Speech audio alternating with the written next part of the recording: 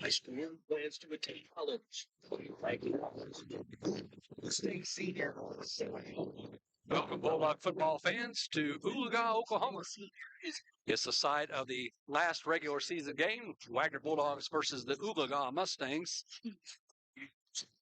Participated in Vader for 7 years. On a special edition of Friday Night Bulldogs on a Thursday night, due to some incoming weather predicted for tomorrow. It's called Oologah, and they were able to make it happen for tonight. So it might be a little thinner crowd on both the home and visitor side due to the Thursday night. But be sure to get the word along that we are live, and we're going to bring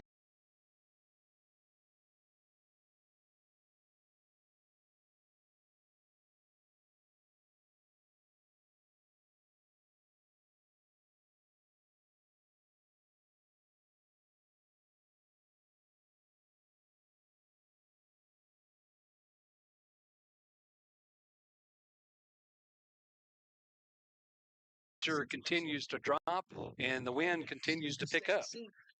So we'll be probably battling the elements tonight, and it's going to be a lot better than tomorrow night as far as the forecast goes. And some would argue, oh, what's a little bit of rain? Well, you're this deep into the season, you don't want to take any unnecessary chances of any type of injury or anything like that. Yeah, it's a lot of things, especially for our team that throws the football so much. We would like to not play in that kind of weather, even though it's probably going to happen in the playoffs. But let's just wait till then to have to deal with that. Exactly. And as you said, the thing is in these last games, especially when you have the district championship all wrapped up, and you just want to try to get through this game to be healthy. And just thinking back to all my years of coaching, these were always difficult games for us in a sense. You just wanted to get out there, establish something real quick, get your starters off the field, and try to rest up, get yourself ready for that playoff.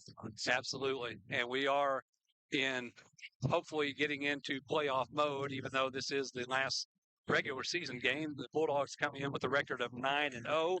Marilyn Watkins, thanks for logging on already. She's watching from Haskell tonight. Home of the Haymakers and the home of a good friend of both Coach Alexander and I worked together with him, Darren Hummingbird, the high school principal there at Haskell. And Tristan Ketcher, I know you recognize that. Yeah, I definitely do. He actually was a quarterback the year before I came, but okay. I definitely was paying attention to what Dell was doing. If you guys don't know, Dell and I went to high school together. His dad was my high school football coach. Okay. And known the Condic family for a long time, mean a whole lot to me.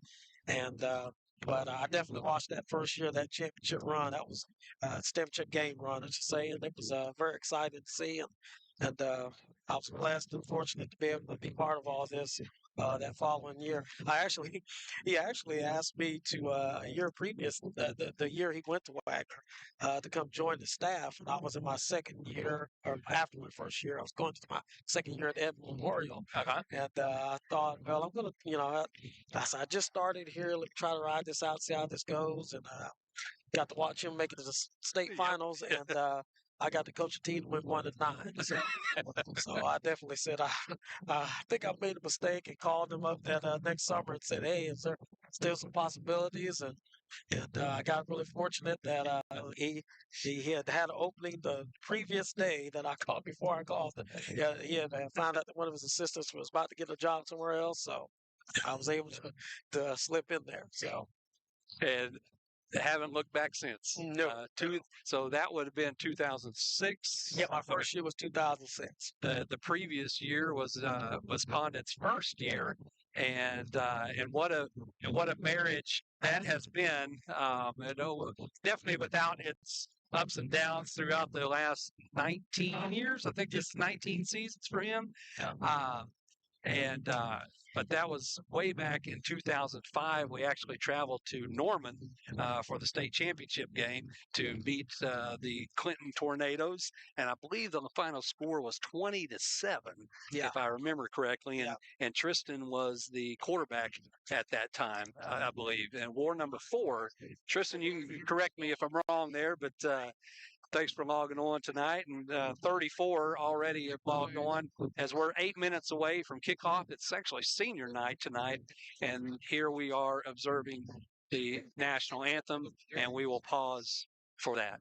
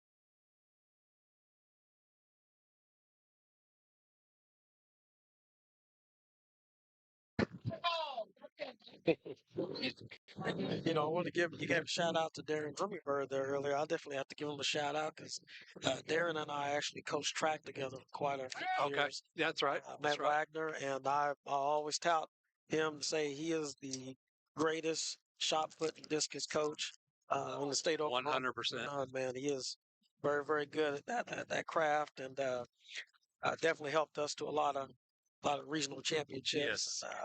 And some great finishes at state. So. And I believe at least 3 of those athletes went on to college to do the same thing. I know Kodisha Harlan did, Corey Mormon, yes, and then the most recent.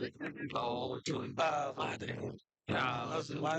she's going to kill me if she's listening. Hold on.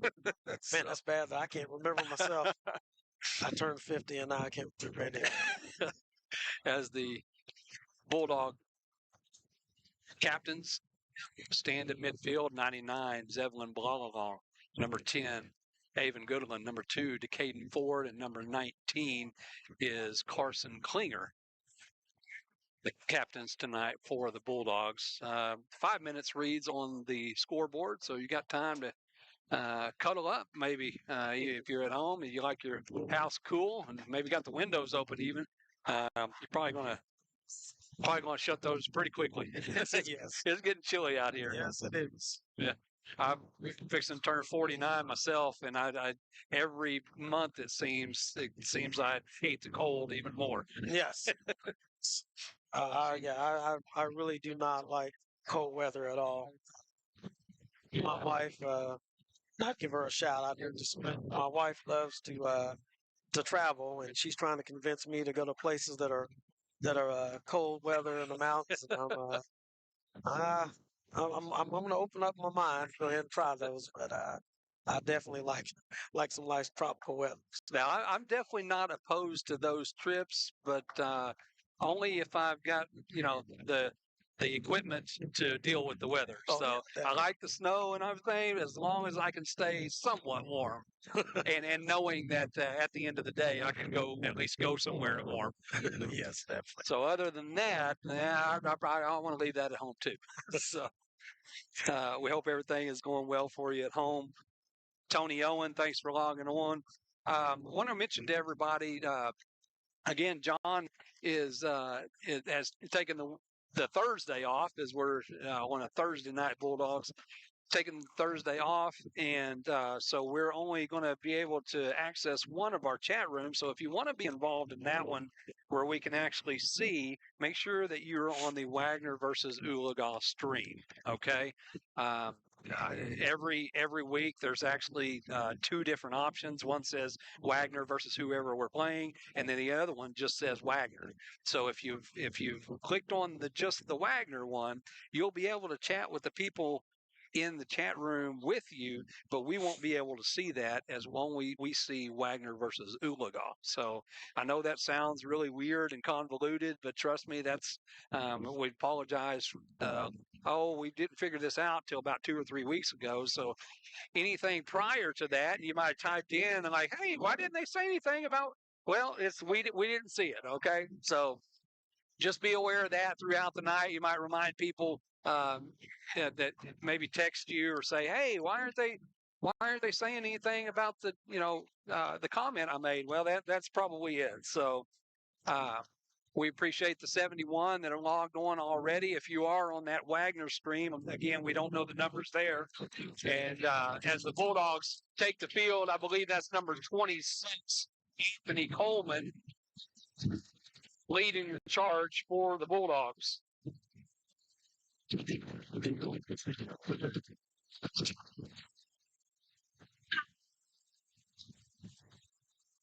So, Coach, how do you get your players on both sides of the field? And we try to talk about this before games start. If you're the Oologah coaches, knowing that you're facing a 9-0 team and maybe not the season that you quite wanted it, what do you say to your players right now? No, you don't want them to go out there and actually finish up the season strong.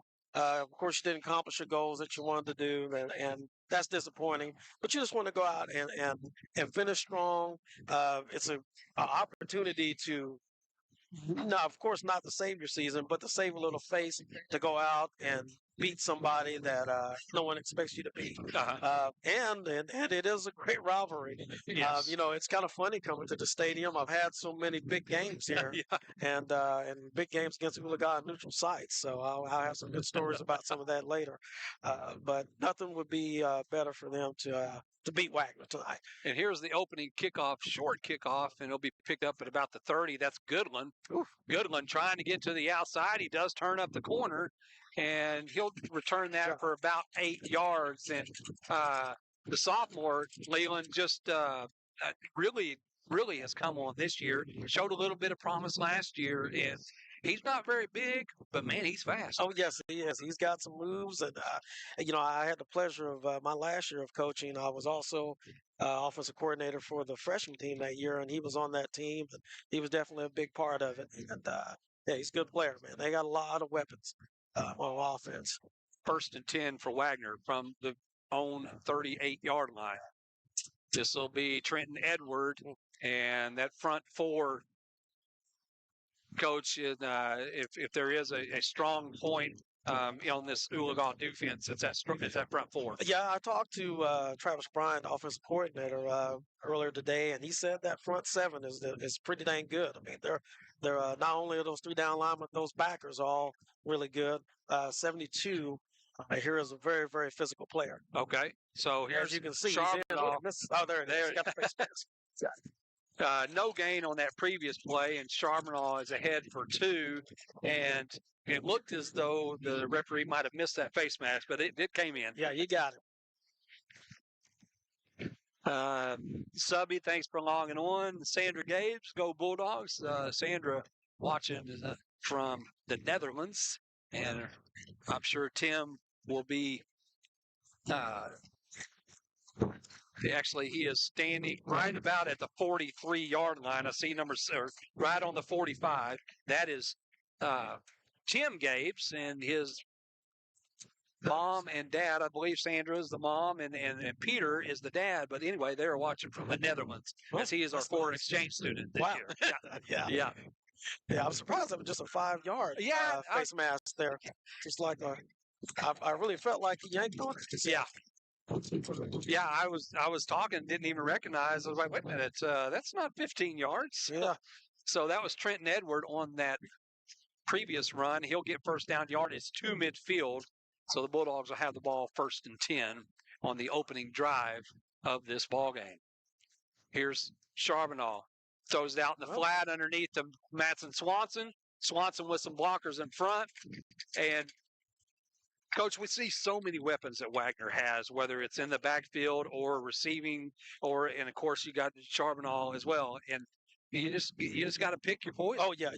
They got a lot of weapons on offense. With our RPO game that we got here, it does force the defense to try to pick your poison. But the only problem is all the poison is deadly. Exactly. So it puts them in a bind. I talked to them a little bit of what they, what are you guys seeing a whole lot against you with your RPO game? Because sometimes defenses can kind of, I wouldn't say force your hand, but they'll tip off what they're willing to give up. And so I asked them, what do you guys see a whole lot? And you'll see that they kind of back off and they kind of want to give up the short pass and see if they can come up and rally and tackle. Well, that's number 3, Matson Swanson again. And that's going to be another first down inside the Mustang 20 to about the 19-yard line. And right now, the Bulldogs are just moving at will. Yeah, he did a great curl route right there and sat down in open space, showed his numbers to the quarterback. It's a great throw. Here's a pitch to Trenton Edward. And he's inside the 10 to the 9-yard line. Came down a little awkwardly there, but he hopped right up. Yeah. He's not a real big kid, but boy, he is very shifty and a very elusive runner. So he does a great job. So they're going to spot it right at just inside the 10. Second and short. Here's, is that Goodland? Yeah, he's looking for Goodland. And pretty good defensive coverage there. Yeah, he was right there. We're trying to run the RPO right there, kind of either going to give or throw that quick slant. If you got you look, you see that guy that's covering him has some little outside leverage. You can get underneath him, kind of pre-snap read and go ahead and fling that out there. So, but still great coverage by DB. Third and short, that's Trenton Edward, and he'll make first down yardage. So it'll be first and goal for Wagner at the Mustang 7-yard line. Again, the opening drive of this ball game has started about the 35, and we're about 8 plays in. And that might be the best defensive stop. Well, that first play and now this one. Yeah. Other than that, it's been chunks of yardage. Yeah. We've been taking chunks and taking what that defense has given us all the way down the field here. First and goal for the Bulldogs from the Mustang 7. And here's Charbonneau. Counter action takes himself, and he is in for the touchdown. Late flag comes in. Probably going to get us on a holding. Okay. And that's exactly what it was.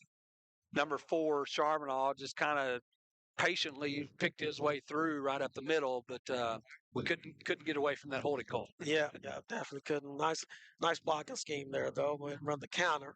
You fake your sweep one way, counter back. And as you said, Charbonneau was really patient. Got to let that guy pull around and read that block and get up in there. First and goal. So now we're first and goal from the 14 after that holding call from the spot of the foul. Trenton Edward. Hey, good job. Jumps across, and he is in for the score. Touchdown, Bulldogs. And, you talk about how shifty that Edward is. He also, I feel like, has really good got patience. A flag down. Uh-oh. That's got to be post-possession. Got us on another holding. Okay. Missed that flag entirely. And, you're right. Got another holding call. So now we're going to be first and goal from the 24. Oh. You don't call that very often. No, you don't.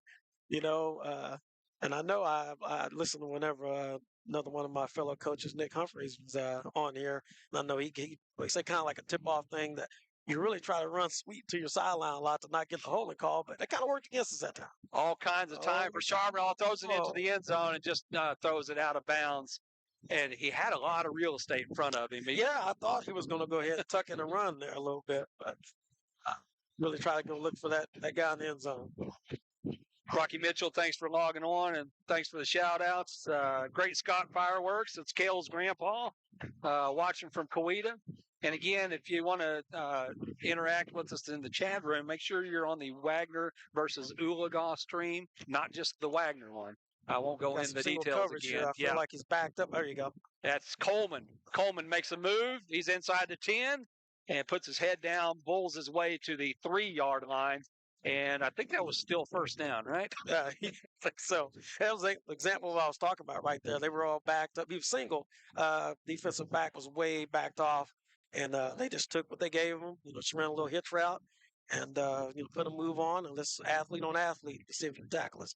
And Coleman this year has really come on the offensive side of things. Oh, yes. Last year it was more defense, and this year he's caught several passes, several long touchdown throws. Oh, yeah. And he's really good on that curl route. Oh, yeah. Once he turns upfield, he makes a move, and he's gone. Oh, yeah. And that's sharp and all. And this time he makes sure that it's going to stick. Yep. No flags this time. No flags. Touchdown Bulldogs. 3 times, get 1. That was a 4-minute and 12-second drive, and I think 3 minutes of it started at first and goal. Yes. Anthony Coleman, again, I can give you a little insight from when I last coached. He was a sophomore my last year, and really was a running back then. And we were playing, I can't remember exactly what team we were playing, but they were a passing offense. And we moved him out to play some wide receiver on a scout team, and we were really shocked and amazed at how good he was at receiver. Yeah. And it kind of got us to switch them positions there. That is Rhett Butler on the extra point, and it went wide. Boy, that looked like I thought that was in. I did too. Looked like an angle. Looked like it went through the uprights, but their signal was no good. I guess we are at a bad angle because it looked good to me. I will say that it did hang up in the air longer than what it normally does. And so maybe he got up under it a little more than what he wanted to. Yeah, this wind is, it's a pretty good wind blowing right here across the field. Yeah. I think we're blowing east to west.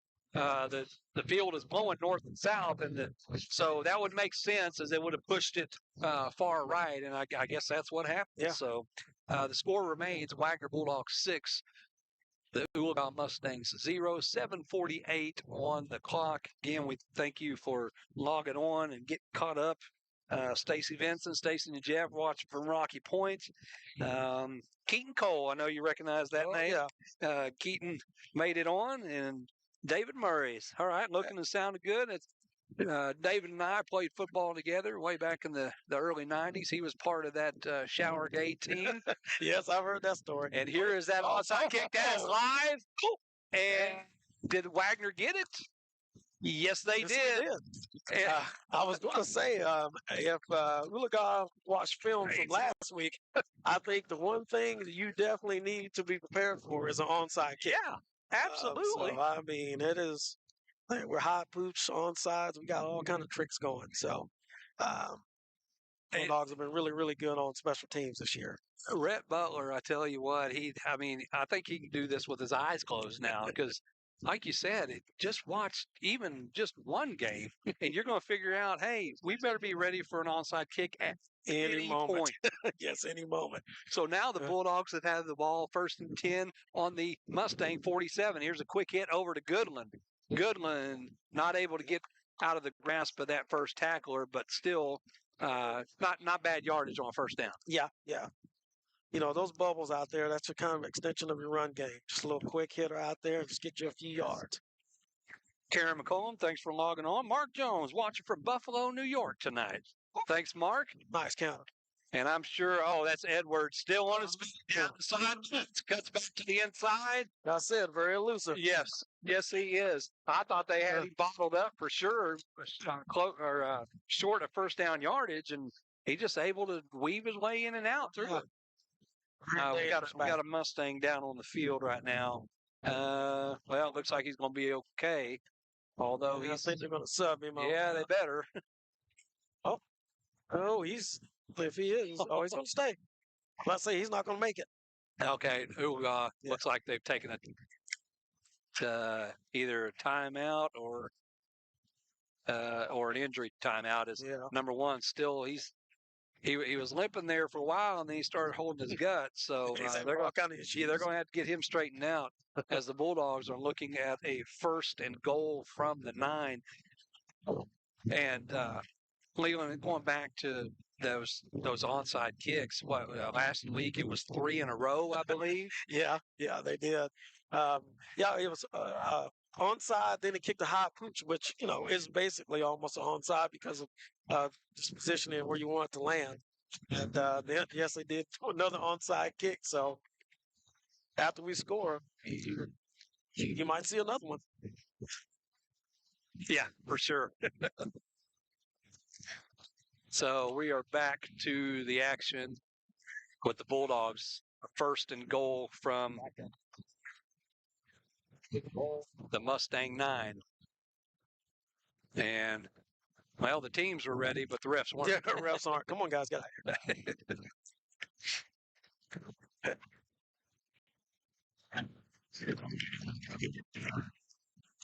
Oh, they're shifting formation here. That's Miller and Goodland. Number advantage over there. Oh, okay. We're going to go weak side.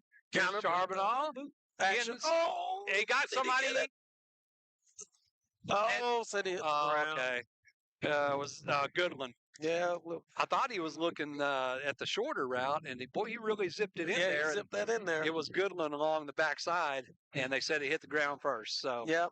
Kind of our old, we called it waggle when you go to, or boot, some people call it. Okay. Right there, and you always have guys at different levels. Yep. And, that's Trenton Edward, and he wisely just sit down and live to fight another day. Yeah. Whatever happened there, we missed the call on who's walking who. Yeah, we had some instant penetration on that, so we had no choice but just go down. Now back in our day, Leland, I think it was called a naked bootleg. Mm-hmm. Yeah. Yeah. Basically, all the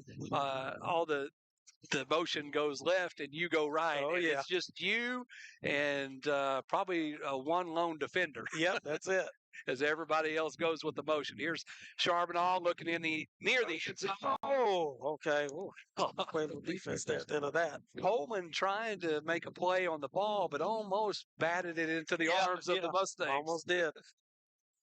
Well, it looks like, we're going to go ahead and give it a shot with this field goal. And Andrew, thanks for logging on. And I think the scoreboard's right now, and we may be having a little trouble with that, but the score is 6-0 if you want to let everybody else know. And here's a field goal attempt from Oologah, and this will be a 32-yarder. That kick is good. All right. I was trying 32. That time we had to make sure 32 yards for Oologah, had plenty of leg. Oh, yeah. And not quite down the middle, but it was in the middle enough. Yes, that's a good kick. The only thing you got to do is get it between those two yellow poles, and whether it's in the middle or not, as long as it's between them. Yep, there you go. So, Linda, thanks for logging on. Libby Lamberson, Brent Lawson, it is 6-0. And Jamie, thanks for logging on as we are over the 200 mark already here in this first quarter. 6 minutes, 1 second left. Again, if you want to interact with us in the chat room, make sure you're Wagoner versus Oologah, not just the Wagoner one. It's the same action and it's the same audio, but we just won't be able to see your comments. So we want to thank everybody that has supported Friday Night Bulldogs throughout the season, and we'll get to our corporate and elite sponsors after this Oologah kickoff. All right, actually kick the deepest. Yeah, going to be fielded at the 10-yard line, and here comes a reverse, and that's set up pretty good. Number 12, and Goodland able to slow him up a little bit, but he's that actually was set up very nicely. Yes, it was. In a game like this, you asked me earlier about the things Oologah's going to do. Well, I'm telling you, they're probably going to let everything, every trick they've got, they're going to try it all tonight. There's no other game next week, so you might as well get all those tricks out and do everything you can to try to give yourself an advantage. While I got a short time here, I'm going to shout out to my wife, Leslie, and my girls, Emily and Talia. Yep. You guys are listening. You guys don't know how hard it is to be a coach's wife and all the things they have to do. Oh, yeah. She put in a lot of good years. So yes. With that. There's Goodland almost And I think he was just excited that it was that available for Oh him. man, he was already looking at the end zone down there to see if he was where he was going to get in and do a celebration dance. Oh, So it'll be 2nd and 10 for the Mustangs. Cleveland, we're halfway through the first quarter, and we can't forget this is the first possession of the Mustang offense. it is. And I understand what Wagner's trying to do. They want to try to get all over them. A shovel pass. Oh, nice. Okay, across the 45 to the 47-yard line. And I think that's probably the first time our defense has seen that all season. Oh yeah. It was set up nicely. Yeah, I know. I'm saying that Wagner wants to jump all over them and try to get all over them and try to get this thing over with as early as possible, if it is possible, and get out of here clean. 3rd and 4 from the 47-yard line as the Mustangs look to the sideline for the play. That was a pickup of about 6. Here's a 3rd and 4. Quarterback looking at the flat, got his man, there, and makes a good move, and another 5 yards on that pickup. And Charbonneau able to make the tackle, but the Mustangs moving the ball into Bulldog territory. Yeah, did a good job right there. Checked off. Kind of saw a little bit of hole right there in the coverage, and knew they could run that little quick out to try to pick up that first down. Mario Young, thanks for logging on. Stillwater, America. Kevin Orange, thanks for being here with us, and all our Bulldog fans, wherever you may be. Right now, it's Oologah on the move, 1st and 10 from the Bulldog 42-yard line. Quarterback on the keeper, Great job. and that is Von Holt and Bo McFarland. Bo McFarland really last year kind of started making a name for himself. He's all over the place now as a senior. I tell you, he is like one of my favorite players to watch because I always say that joke of Bo just makes plays. Yep. You look at him and you think like, man, he's just another guy out there. But boy, he is a very, very good high school football player and makes a lot of big plays for him on offense and defense. And special teams. Yeah, does it all. So that will be a 2nd and 10 now for the Mustangs. Here's a quick hit in the flat. And slipped the tackle, and that's Miller, who almost blocked that from the very beginning. Yeah, actually a very good job of the quarterback actually getting that out and getting it to work because we have that play well scouted out because we jumped it pretty fast. They're going to throw that swing out there, but he was still able to at least complete it, but still. Had he thrown it, had he not pump faked that, I think Miller is going to pick 6. Oh yeah, he was all over. No gain on the play for a 3rd and 10 from the Bulldog 42-yard line.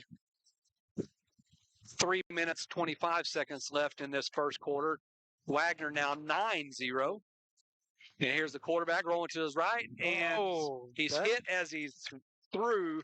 I believe that was number 54. Is that Anthony Harris? Yep. I believe it's 54.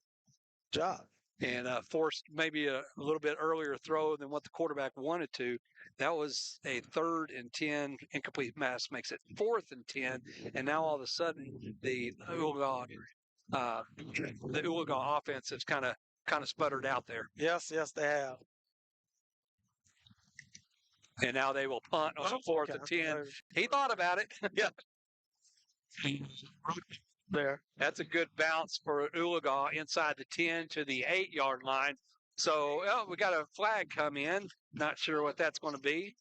We'll wait on the official call. But as of right now, the Bulldogs pinned back deep as the Mustangs chose field possession and pinned the Bulldogs deep. It looks like it's going to be against Wagner. Holding. Okay. Yeah. Holding against the Bulldogs. That'll go back even further inside the 5. Goal here. Probably be at the 4-yard line. So it'll be 1st and 10 from the Bulldogs' own 4. Yeah. Now watch out here, guys. Don't sleep on the fact you might not take a shot. Yep. Kelly Thayer, thanks for logging on. Saying go Dogs. Run it here. Be very careful as we're standing in our end zone. Charbonneau with Trenton Edward in the backfield with him.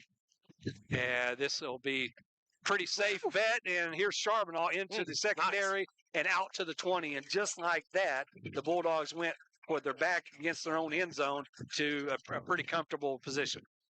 Man, it's definitely nice that you can go ahead and run that sucker right up the middle like that and be able to get so much yardage. 16 yards to be accurate, 16 yards to the 20. So it'll be 1st and 10 for the Bulldogs from the 20 as we near 2.5 minutes here in this first quarter. Charbonneau, plenty of time, across the middle, got his man just a little bit behind Coleman. The dig route settled in out there and just kind of threw it a little back behind him there. Yeah. So the Bulldogs are back on the line of scrimmage already, picking up the tempo on a 2nd and 10 play from the 20. This time it's Trenton Edward over the left side. The ball comes out. The Oologah ball. And we had a good view of that as they were running towards us, Leland, and you saw Edwards' reaction. He knew it popped out. He just had no idea where it went. Yeah. The Oologah defender just reached right in there and punched it right out. So this is you don't want to have turnovers, and you don't want a team that is on their last leg here to give them any kind of momentum and make them think they're going to be in this game. So. Right, not at all. And right now, if they punch it in here, it looks, there's those first 2 possessions like, okay, we're going to have the same repeat as last week. Now, all of a sudden, we'll see if Oologah can capitalize on this turnover with a 1st and 10 on the Bulldog 23. Yep. Handoff straight up the middle. That's Gavin Miller on the tackle. Pickup of about, they're going to give him 3. Yeah, 3. Right to the 20, so a 2nd and 7. Our corporate sponsors for Friday Night Bulldogs, we want to thank them for allowing us to supporting the stream all season long. Advanced Orthopedics, Cherokee Personnel, Prestige Plumbing, Good Neighbor Realty, Row Insurance, and we'll come to the rest of them after this play on a 2nd and 7. Quarterback looking across the middle. And who was that on the? Is that Cole? No, that's Javon Miles or Javon Smith, 25. Yeah, and Swanson came in there and broke that. Okay. Yeah. But it looked like 25 kind of dropped back as he was the ball was in the air and he kind of followed the ball and ran to the football and heck, he almost got back in there and got himself a pick.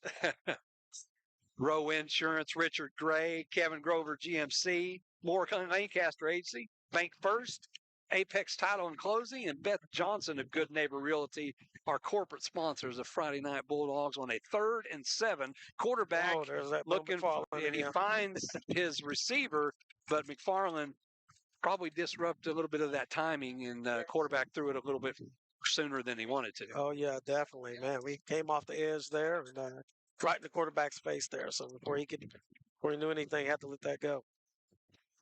It still picked up about 2 on the play. We'll call it 4th and 5 from the Bulldogs 17-yard line.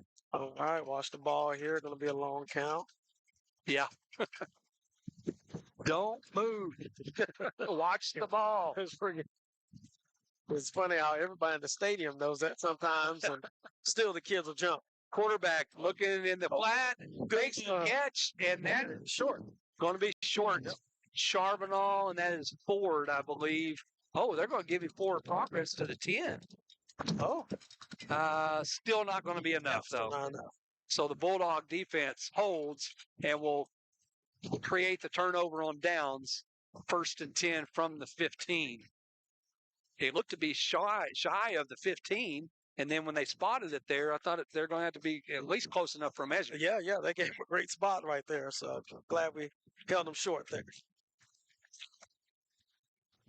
1st and 10 Wagner from their own 15, 1:05 left in this first quarter.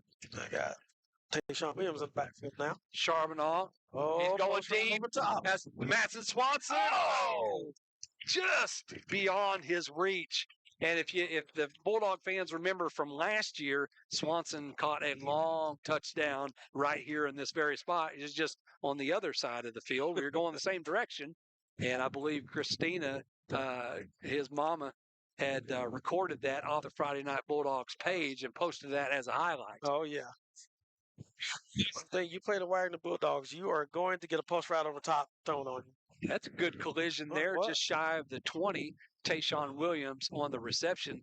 Also, this may be something that Swanson wanted to forget. I believe he got hurt on that Oh, play. yes, you're right. Yes, he did. And caught the touchdown pass anyway, or at least got to the 1 or 2, but had gotten injured and just wasn't able to go full speed for the rest of the game. Here's Charbonneau on a 3rd and 7. Oh, and that one just, we got a flag down. Probably going to get us a holding, though. That one sailed on a 3rd and 7. Either that or, okay, the Mustangs at least think it's going to go their way. Yeah. Yep, got some holding. Okay. Just decline that. I was about to say, this will Down. be a somewhat interesting call here. Do you want a 3rd and 7, or do you want a 4th and 7, or a 3rd and 17? Yeah, if I'm them, I'm doing everything I can to get Wagner's offense off the field. Yes. You don't want to give them don't give them another shot because they could go 80 on you at any moment. So.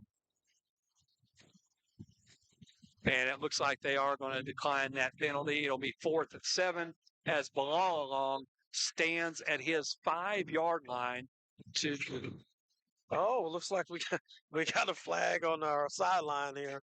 Oh, We got I had a sideline infraction. Yeah, sideline. Boy, the way that flag came out, I don't know if the wind blew it or what.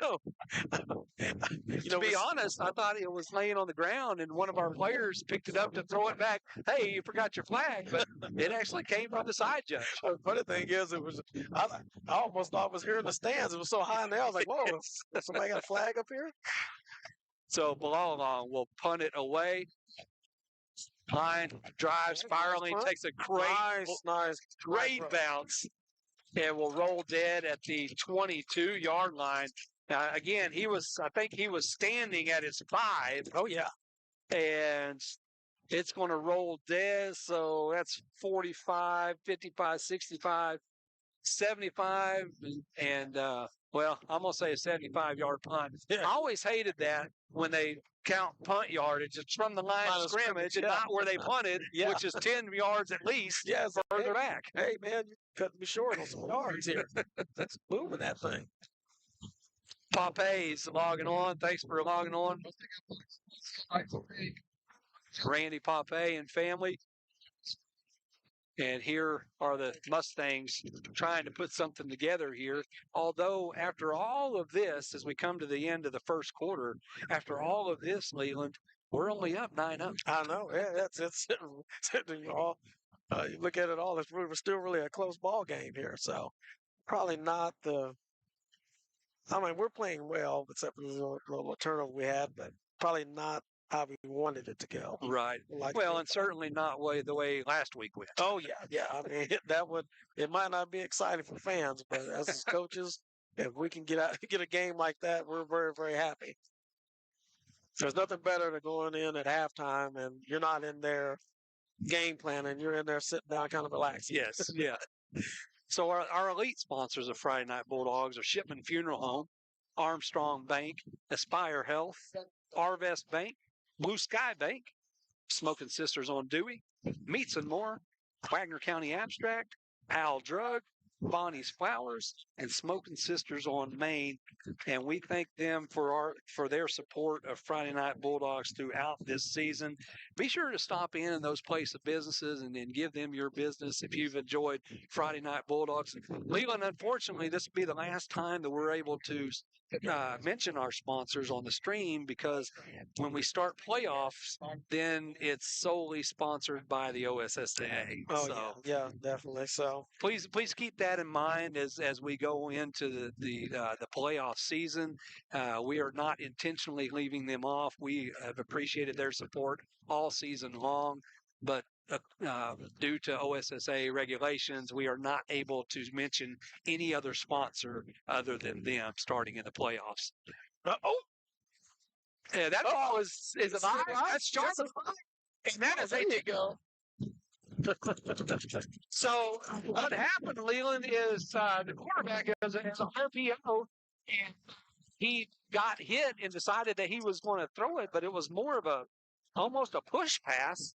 And I don't know if that was. Yeah, it was actually. Yeah, he threw it. Actually, he threw it backwards. He threw it back behind him, so it ended up being a live football. No heads up play by number 4, Kale Charbonneau, is that all of a sudden we were just talking about quote unquote a slow start, based on what last week's performance was. And then here we go with the touchdown to start the second quarter. Going for 2. McHenry. Boy, just McHenry. run that in. Oh, there you go. Yep. Is that Elijah Love? Yeah. Late flag comes in on the very far side. It's got to be post possession. I bet they're going to call a legal man downfield. When you run that swinging gate, your linemen that go over there have to stay put. I mean, if they move and go up forward, they'll go ahead and call them down the field. Okay. And I bet somebody over there moves. I think you're right. I saw the hand on hand on top of the head. Yeah. Illegal man downfield as McHenry just seemed a little undecided of what he wanted to do. Yeah, no, like I said, I thought he was just going to sprint that to the corner and go ahead and take it in. So we're going to do it all over again, as that was Elijah Love at the back of the end zone bringing that pass in. So now we're going to try the extra point, a little bit longer extra point for Rhett Butler as he kicks it from the 15-yard line. Colt Stroud on the snap, Mattson Swanson on the hold. That kick is up, and it is through. Very good kick. Wagoner Bulldogs 16, Oologah Mustangs 0. We're 9 seconds in to this second quarter as the Wagoner fans continue to log on. We're 261 different places right now. And again, log on to the Wagoner, or click on the Wagoner Oologah stream, as that's one thing I didn't mention. Not only will we not, if you're on just the Wagoner stream, we won't be able to see your comments, but we also won't be able to see your views. And so that stream last week ended up having 150 views, and the other stream had 200 and something views. And so our viewership was a little off. We're having to take our shoes off and use our fingers and toes to add up things. But as of right now on the Wagoner Oologah stream, 263 different places that are logged on. And Leland, I know you've heard me talk about it over the years, even when you're on the sidelines, and mentioned a little bit about it. But it literally, Wagoner Bulldog football is literally viewed across the world. Oh man, yeah, it's a huge deal, man, and we've just been so fortunate that the way our program has gone, Absolutely. and all the success we've had, we definitely don't take it for granted. Here's that high boosh kick. And they bounce, he squeezes through, and actually a good return to the 45-yard line. And going back to what we were talking about, watching film, and then the great kickoff specialist that Rhett Butler has become on the onside kicks. He's also really good at those placement pooch kicks. Oh yeah. And what you don't want to do is let it bounce. Yeah, definitely. I coach special teams also when I was coaching, and I tell you, when you do things like this, it puts a lot of strain on the other team, their special teams, because there's a lot of things that they have to work on just with kickoff. Yep. And you only have so many hours to practice, so much time, and what you really want to make them work on that to take away some time for other things that they could be working on. So 1st and 10 for the Mustangs on their own 45. Quarterback with a quick hit in the flat, and that's Swanson. Swanson and the side judge was right there, and he must have been great timing. Yeah, he put it just on time, just right when he needed to there. Kelly Thayer, I see your comment. Yeah, Kelly and Drew Dixon are here at Oologah, have been for years. Drew and Kelly, we go way back. They're actually Wagoner several years ago, and we've been able to keep in contact over the years. Matter of fact, I talked to Drew both yesterday and today, and Kelly was texting back and forth, and they're here at Oologah, and their kids, Kinley, Ty. And here's an inside number 4, inside screenplay as the Mustangs are into Bulldog territory. And Kaya, that's their other daughter. All ended up graduating from Oologah and here with successful careers here at Oologah Public Schools. Well, they did a real good job on that play because they had press coverage on him, and the inside receiver came out and got a real good block on Swanson right there. That was a well-designed play by Oologah. 3rd and 1 from the Bulldog 46. They need to get right at the 45 for a first down. Quarterback will keep it this time. Comes around the left side. Nice job. That's No, that's Miller first. Coleman. Who else is in there? Swanson looks like Miller. As the Bulldogs defense stiffens, that's a 3-yard loss. Yeah, Miller did a great job there. He could contain it. He kept the blocker on his inside shoulder and didn't let the back get outside of him. So that was a very, very good job. 4th and we'll call it 3 now. They need to get to the 45. Looks like they're going to punt and play field possession.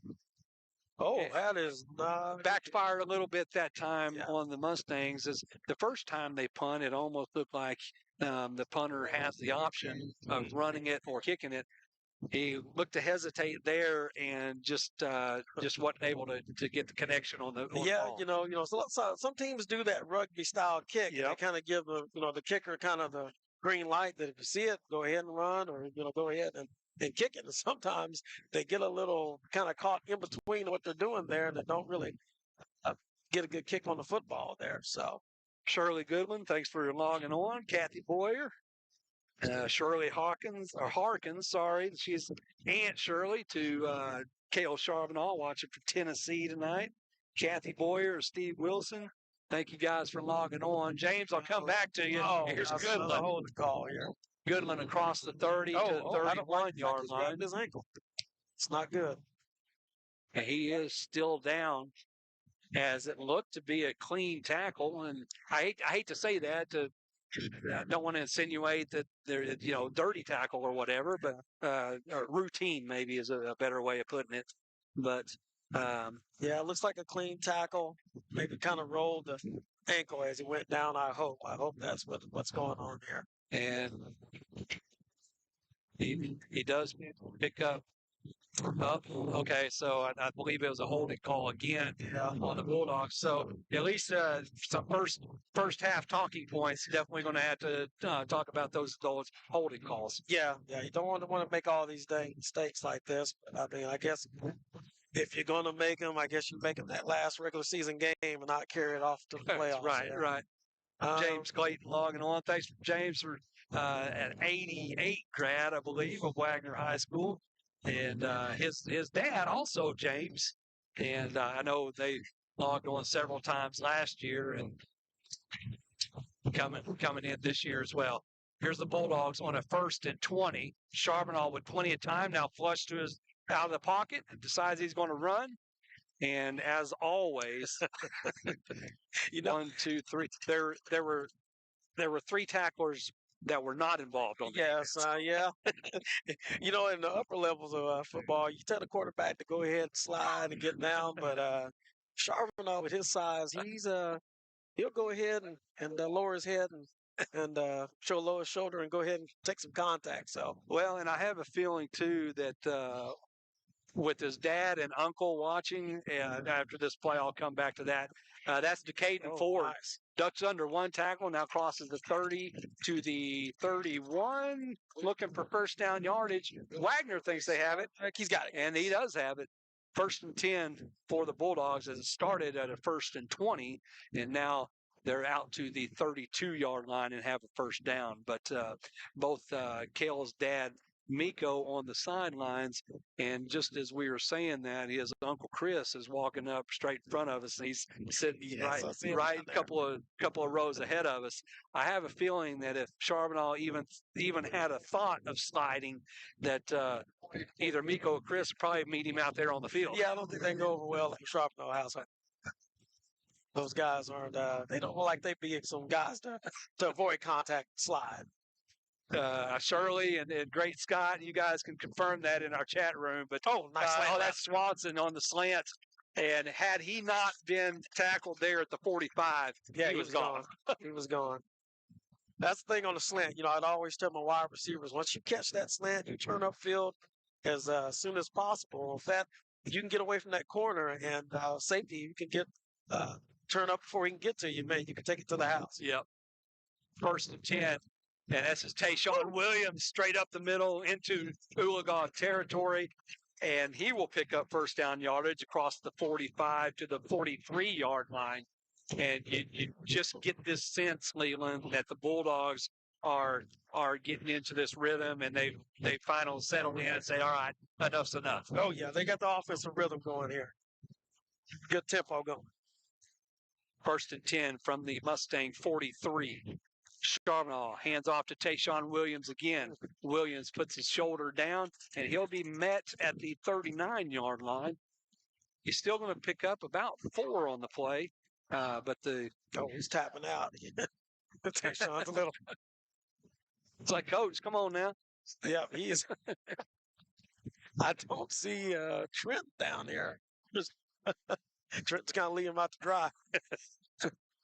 I'm going to say this is going to be a pass play. 2nd and 7, Charbonneau. Oh. Pressure put on, and he almost gets it out to Williams. And Williams probably giving proof there that they should have pulled him out. Yeah, he was definitely ready to go over to the side there. So number 16, Trenton Edward, back in to the lineup. It was an incomplete pass. 3rd and a long 6. Go ahead and call it 7, just inside the 40-yard line of the Mustangs. Edward in motion. Top there. Oh, come on, slip screen again. Oh. I think the Mustang may have gotten a piece of that. Yeah. It came out a little weird. Yeah, it's like they might have attempted. James, okay, I see. It's just 89. I knew it was really close.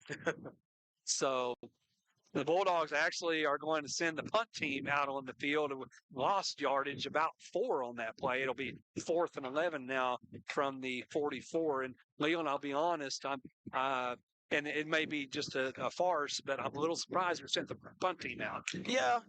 Coach Condick, I'm telling you, he's not afraid to take chances. He's not afraid to take chances, and it was always kind of funny to us. I was part of the offensive staff, and we go for it. And you kind of look over there at the defensive staff, and they're looking at us like, "What are you guys doing? What's going on? What's going on?" Hey, that's part of the thing that makes Dale special. He'll riverboat gambler, man. He'll take his chances. So the Bulldogs will take a 5-yard delay of game penalty. The ball will be placed at the 49. And now it's no doubt that they'll punt it away. Ballalong gets the punt away. It had to have. And the way number 50 for the Mustangs reacted to that, I think it hit him. Yeah. And number 5 able to pounce on it. But the Mustangs will be pinned back to their 13-yard line, trying to put something together here to go into halftime. It's much time of possession that the Bulldogs have had. The Mustangs are pretty fortunate to only be down really 2 scores. Yeah, that's true. I mean, they have to actually feel pretty good at where the game is right now. And I'm sure the Bulldogs are the ones that aren't, pleased at what's happening right now. But let's see if we can go ahead and get us a quick 3 and out, get the ball back, go score. 1st and 10, Mustangs from their own 18. Quarterback rolling to his right, pressure put on. Oh, that ball came through. And Miller is on the quarterback, forced the fumble, and looks like the Mustangs. Like they got him. Okay, number 42, Gavin Miller in the backfield, forcing that fumble. And Oologah is able to regain possession, but they're going to lose about 7. Oh, they called it intentional grounding. Oh. Huh. Okay. Didn't see that one. I didn't. I didn't think he threw the ball. I thought it got popped out.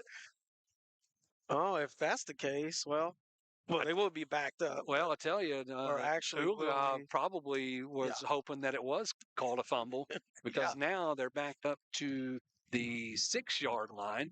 Now they'll call it just inside the 7, and now we're going to have a 1st and long for the Mustangs, where it would have been about 2nd and 11, somewhere around there. Yeah, I was very surprised by that call. Now we've got. Thought I got Now it's pretty much 2nd and 20, pretty close to 2nd and 20. Ball at the 7-yard line now. Oh, I thought I saw the ball come out again. The defensive line for the Bulldogs, number 56, Von Holt, and number 54, Harris, making the tackle for the Bulldogs. We're under 5 minutes, or actually, sorry, we're under 6 minutes. Actually, at the 5.5-minute mark here in the second quarter. Appreciate all of you who have logged on. Again, if you want to be a part of the viewer count and the chat room, be sure to go to the Wagoner versus Oologah stream as a quarterback rolling to his left, looks downfield.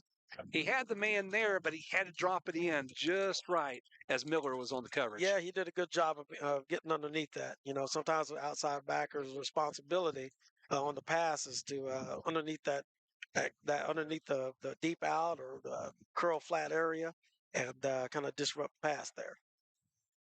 So he got it over Miller, but that meant it was over his receiver as well. Yeah. So now we've got the down marker still says 4th from a while. Now I guess it is 4th now. Well, if the kick was, he That might is take it. a long. I'm telling you, got to watch McFarland here. Yes. Okay. Oh, boy, there's all kinds of flags coming in. That one coming in from the far sidelines. I don't know if they're getting us on a hold here. Again. Well, the way I see Decaden Ford way into the Mustang bench, and I'm wondering if this is going to be a little extracurricular activity here. Oh.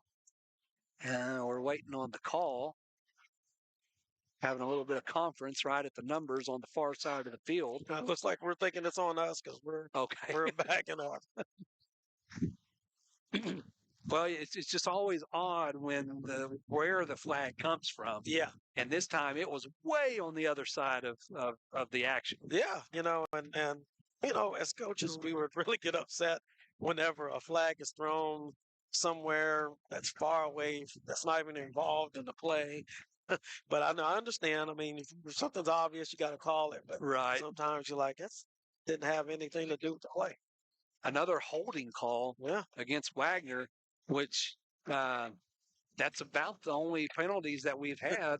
We've had several, but they've all been holding. Yeah, basically, I told you I probably have a lot of good stories about us at Oologah. Well, we played Oologah here one year, and ironically, one of the coaches on the staff, Austin Condick, son of Dale, was playing guard for us back then, and big game there. We ended up winning it, of course, but we had a holding call on him that Dale totally lost it on. Oologah player actually tackled him while he was trying to block another guy, and he got the holding. Little trickery here. Oh, didn't quite work out. McFarland loses his footing. Ooh, I thought they were probably going to get us for all that as well. I don't know. I kind of think the kid was flopping there. Okay. Well, the way that the sideline on the far side reacted, they were thinking that it was going to come. Oh yeah.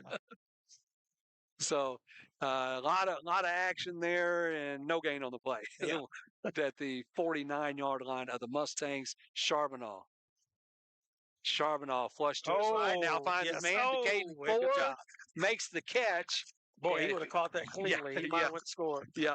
He does pick up first down yardage to the Mustang 37-yard line.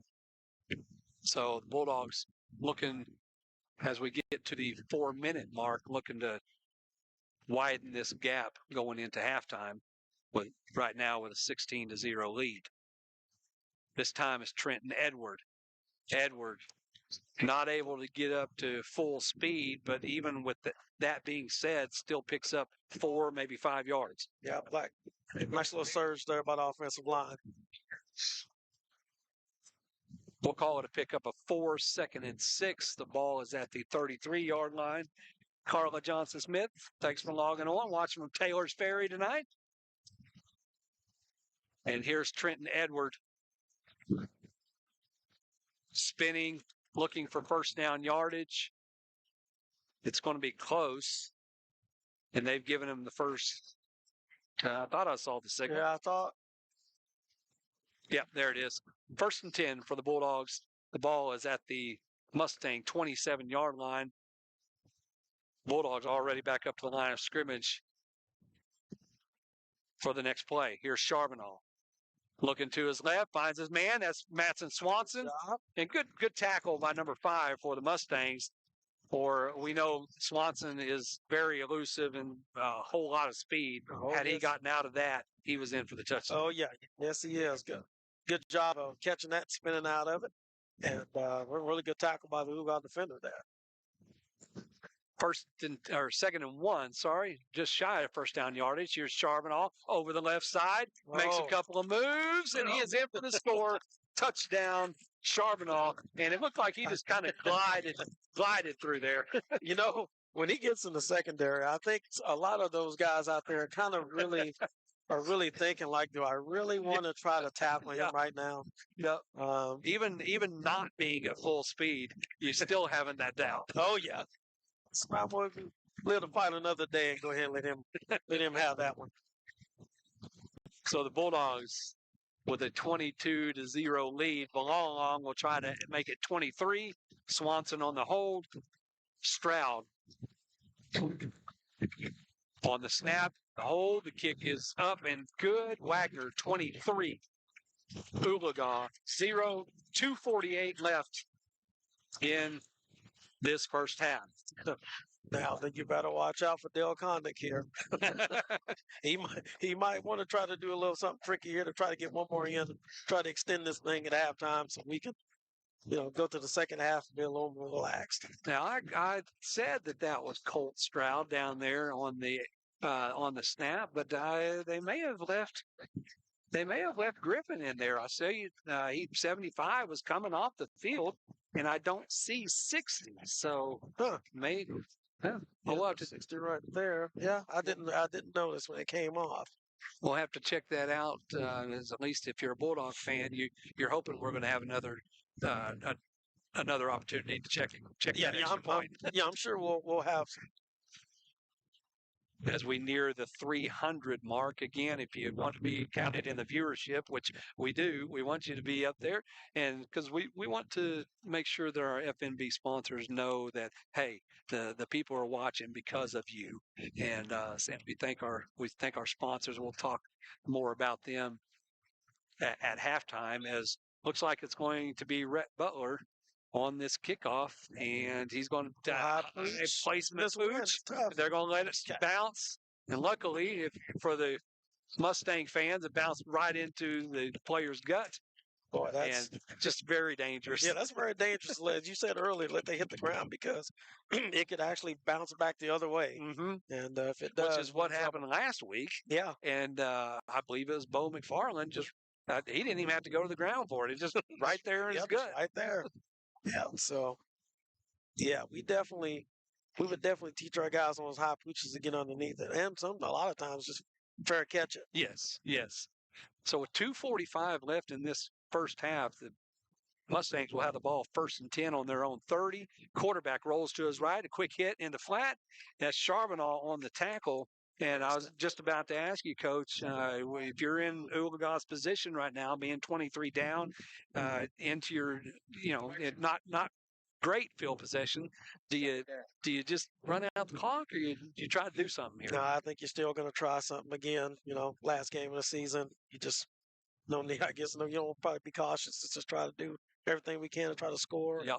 And stay in the ball game. So, Daryl Collins, thanks for logging on. Cheering on the Bulldogs. And Daryl, I believe, is about an 87 grad from Wagoner, if it's the Daryl Collins I'm thinking of. Oh. And that's number 1.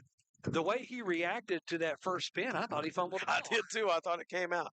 Oh, we got another player down. Is that? Wow, I think that's Avens. No, that's McHenry. Well, I'm saying it was Avens' replacement. Oh, okay. So that's not good. Number 1, Styling McHenry. He's back up on his feet, and he's going. Well, I do. Avon is up here on the sideline walking. He might be going back in. Yep, okay. He is. No, I saw him squirt the magic water on his ankle. Yeah, I was gonna say, I don't know what kind of rehab juice he's got in that bottle, but he sprayed it on his ankle and popped back out there again. Well, soccer, they always talk about the magic spray that they spray on the players. We got some magic water down there. Yeah, we back in my days of being a track coach, I don't know. Some of this might get me in trouble, but there were some ointments and things that we had found that we put on kids to try to get them back a little bit sooner. Yeah, I'm just gonna say probably would work on a horse. Oh, But some home remedies. yes, but I don't know. I'm just saying there might have been a chance we actually used some of that back in the day. So Well, like none of that come back on me. not to get controversial or anything, but sometimes I would trust the word of a farmer over. Yeah, that's right. At least the ones that I know are very trustworthy, and they've got some. They may have some weird concoctions, but they'll swear by them. Yeah, there's a lot of home remedies out there that really work. So it'll Not be FDA approved. They work. a 3rd and 4 for the Mustangs after that injury timeout from the 36. 1:53 left. And here's that little shovel pass that we saw earlier in the first quarter, and that's going to be good enough for first down yardage for the Mustangs. Yeah, I noticed they here on defense they moved McFarland back to safety, from his normal outside backer spot. Okay. Now I think he's going back now. Now they got Henry back out there. That just shows you what kind of versatile high school player he is. Yeah. Outside linebacker, free safety, so does a lot. So it looks as though the Mustangs are trying to move the ball here, of course, but they're not in any hurry to get back up to the line of scrimmage with the next play. Yeah, at this point, I think after this play, they might I think they might be very content now to say, okay, let's just go ahead and run this thing out. Yeah. Go regroup. Because I'm pretty sure they still have their full complement of timeouts, or at least 2 left. Yeah. And they have shown no indication of calling that. The quarterback is actually to the sidelines talking to his coaches as the clock runs. He's letting that sucker run down as far as he can and then go ahead and call a timeout. Then see if they can.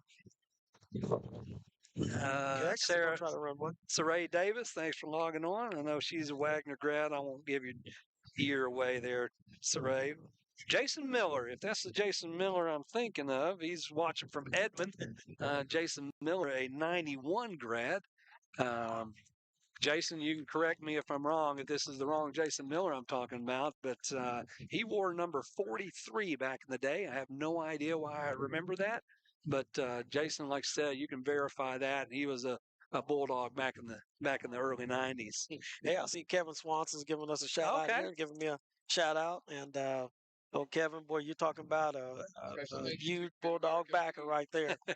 He was there for us. They won back in the day, and he's a great supporter of our program. It's unplayed. Yeah, his boy Dusty team. So, speaking of numbers, if Kevin, you can correct me if I'm wrong. I believe he wore 51, if I remember correctly, and their daughter Abby was I believe one of the equipment managers and water girls for the team as well. And Kevin and Shannon Swanson from those early championship years, I believe. Oh yeah. So we're at 290 now, getting ever so close to the 300 mark. If you're on that other stream, it just says Wagoner. Skip on over here to the Wagoner versus Oologah. Be a part of our conversation if you'd like.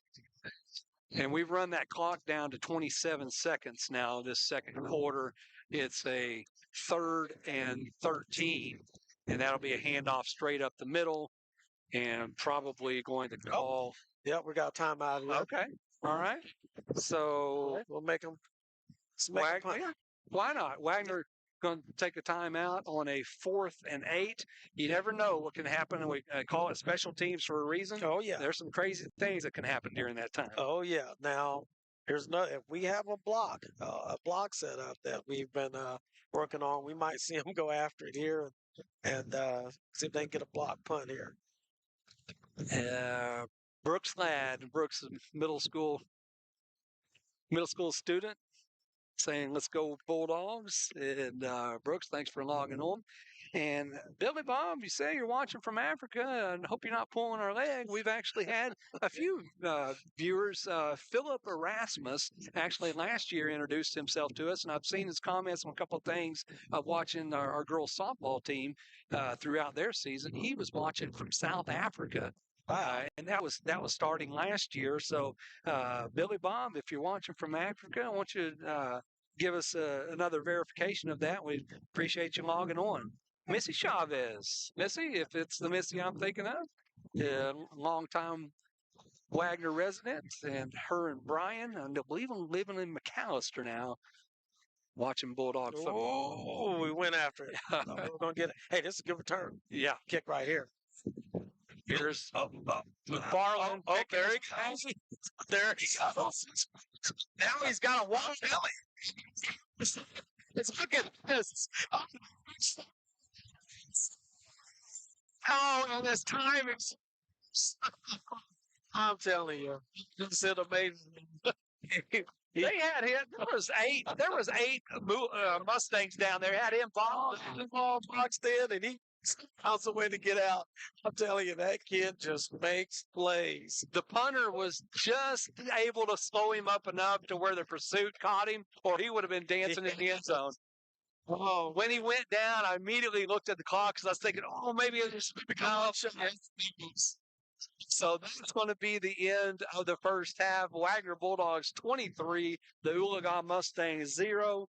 If you're just now joining us, the Bulldogs really have dominated this whole half, even though it's kind of weird to say, Leland, that even though the score may not show it, but I mean, it's 23-0. Yeah, it's total domination first half, but it just the points don't show it. So, but you know, we just had a little turnover there at the very beginning, and just wasn't in sync. But you know, we kind of got a rhythm going there towards the end. So, I bet here in the second half they're going to really be a little aggressive right at the end and try to go ahead and extend this lead. So they can try to get some of those guys out for an injury. So yeah, but you know, all in all, you know, decent half. But I'm sure there's some things they definitely want to clean up. Dennis and Sandy Patrick watching from Chicago, or reminding that you know, Bryce is his grandson. He when Bryce is out there on offense, he wants us to make sure that we're giving Bryce that lead block status. He's out there like Moose Johnston back in the Cowboys glory days, and even kind of has the build of him. Got kind of that neck brace that kind of covers up his neck a little bit. Oh yeah. Bryce Steele, the senior fullback and linebacker from wears number 32. Missy, okay, Durant. All right, I needed to go a little bit further south than McAllister, down in Durant. Mike Burrell, I know you know him, Leland. Surprised he's not here. Well, that's what he said. Unfortunately, he couldn't make it, but he's still cheering on the Dogs from home. Mary Ann Swingle, watching from Seattle. Thanks for logging on, Mary Ann. And Rictus, thanks for the shout out, as we appreciate everyone that's logged on tonight. And okay, Kevin, I thought so. All right, so Ichiro from the Seattle Mariners. That's why they picked 51 for Dusty. Oh, okay, and I got you. Kevin, I don't know why, but for whatever reason, random numbers stick with me. Yeah, and I just remembered Dusty wearing 51 for whatever reason. So he may even. Dusty was one of the 2 years that I coached 7th grade football, and he may have been wearing 51 even back in that day. Yeah. Yeah. Yeah, you got better memory than I do when it comes to the numbers here. Man, I'm going through so many players, I can't remember I can't remember a lot of them, so I'm trying here. So we're at halftime here, and I don't know, Leland, you and I just may talk to Bulldog fans through the whole halftime. It doesn't look like the Wagoner Bulldog marching band will be on the field. They are kind of gathered here, but I don't see any instruments in their hands. Yeah, I don't know if they're going to perform. I guess looks like Oologah will right after these cheerleaders, but yeah, it doesn't look like our band's going to perform. So. All right, Rictus says the Wagner Pizza Hut crew's watching tonight. So got slapping those pizzas in and out of the oven and got it up on the TV. And I don't know if that's throughout Pizza Hut where the customers are actually watching, but hello from Oologah, Oklahoma, and thanks for logging on. to Friday Night Bulldogs. But Leland, you're talking a little bit about at the very beginning of the game, right before of your coaching years, and the many battles that you've had with particularly this team, and there have been a lot of there's a lot of history between these two Oh teams. yes, lot of history. Pretty sure Oologah, we were probably not their favorite place. To lose 3 state championships in a row to the same team, that would be unbearable. But yes, we've had a lot of great battles with them. You know, back in those days of that run of 48 straight, you know, we it actually was a good thing. We had the pleasure of having them and Casher Hall both in our district, which was actually a good thing because our toughest opponents that we were going to see throughout the playoffs, we were going to play them in district play. And we had 2 out of those 3 years in a row that we won. That we played Casher Hall in the semifinals and played Oologah in the finals. And you know, and they were our, you know, we finished first, and Oologah finished second, and Casher Hall finished third in that district. So, so we had a lot of good battles, but especially Oologah had a lot of great players back then. None probably more infamous than Brock Martin, who actually went and played at OSU, and I believe was for all conference, Big 12 conference football player. And boy, he gave us some fits. Yeah. And you know, one of my favorite story about him is the fact that so we played them in 15. We played them in regular season and handled them pretty good, but boy, we played them in the state finals, and they gave us a great effort, man. It was a very exciting game, and you know, we ended up scoring that towards the end of that game to win past Nakia Jones. But earlier in that game, there was a really big play. You know, we couldn't. Man, he was that night. We had a hard time blocking Martin. And passing, we didn't have enough time to get a lot of passes off to a wide receiver back then. So on a play, we noticed that Brock Martin's helmet came off. And so back then, when helmets came off, you had to exit the field. Like the player had to come off the field. So his helmet comes off, and I mean, in the headset, everybody's screaming, "He's leaving! He's leaving! And Brock Martin's off the field! He's off the field!" He said, "You gotta throw it." So as soon as he exiting the field, we called motion out to Nakia Jones. Now he was not open because on that pass play, there was 3 guys totally surrounding him. I don't know if you remember this play. You couldn't even hardly see him. I do. And the ball came, and all of a sudden he just jumped up, you know, higher than all 3. And pulled it down on a big pass play. And it might have been a third and long on that play too. And we just threw it up, and were able to get down there and score in position. And another thing about that week, we had lost that season. We had lost AJ Freeth. I don't know if you remember that. He lost him in, I believe, a first-round playoff game. Actually, I think it might have been one of our last games of the season. We might have lost him right before it started, or it was a first-round playoff. But so, you know, Nakia Jones and Freeth together were they were a nightmare. Right. You know, you kind of had a hard time. Well, once we lost him, a lot of teams would double Nakia Jones. Right. So we actually worked on a set where we lined him up in the backfield and we motioned him out where they couldn't double him. If you motion somebody out like that, it's extremely difficult for a team to be able to adjust because they don't know where he's going to go. Right. And just that week, it was a state championship game. You know, we thought, hey, maybe this is something we ought to try. And we worked on it all week. And lo and behold, you know, we got down there around like the 5-yard line, and it was 4th and goal. And we knew that would be the perfect opportunity to do it because we knew if we lined them up, they would have somebody in his face, somebody over top. And we motioned them out, and it really caught them off guard. And they really didn't know what to do. He was single covered, threw it up, made a great play. The rest is history. Yeah, the rest is history, man. That was a very emotional season. You know, we were going through Austin Connick, his battle with cancer that year. And with the same year, I think Marshall McKinney as well. Yes, Marshall. Yeah, he was going through his battle, and actually the season was documented. So that's right. That was another thing that just was on top of it all. It was a storybook ending. Yeah. And but with the Oologah, it's a lot of battles. And fortunately, in 16, that was just a year where we were just, I'm just going to admit it, we were just better than everybody else. And Yeah. Malcolm Rodriguez was a quarterback, and I'm sure everybody listening knows Malcolm, having a great career with the Detroit Lions right now. Yep. And we just pretty much dominated that whole year. And the Oologah game, the score, I can't remember what the score was. It wasn't like a big blowout, but we totally dominated that football game. Very fortunate. And like I said, that Brock Martin, man, he and the funny thing is that, of course, Malcolm and Brock end up going to OSU and end up becoming really, really good friends. Yes. I think they were roommates at one point. So kind of funny how all that happens. And he's our biggest rival. So let me back up a little bit. I think it would have been the 2015. You're talking about Cassia Hall being in the district. If I remember correctly, was that the last loss that we had before we went to 48 straight? Yes, I think you're right. Okay, it was. Yeah, we because there was lost a big the game. There was a big controversy on whether, I think it was Freeth, whether he stepped out of bounds or not.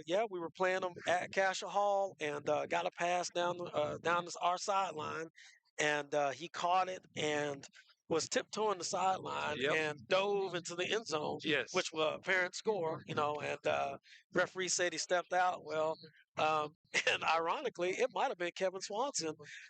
He took photographs all the time for us on the sideline, and I believe he had a photo of Freeth on the sideline. You could clearly see that it was green between him and Kevin. If you're still with us, you verify that. I'd almost put $100 bill on that.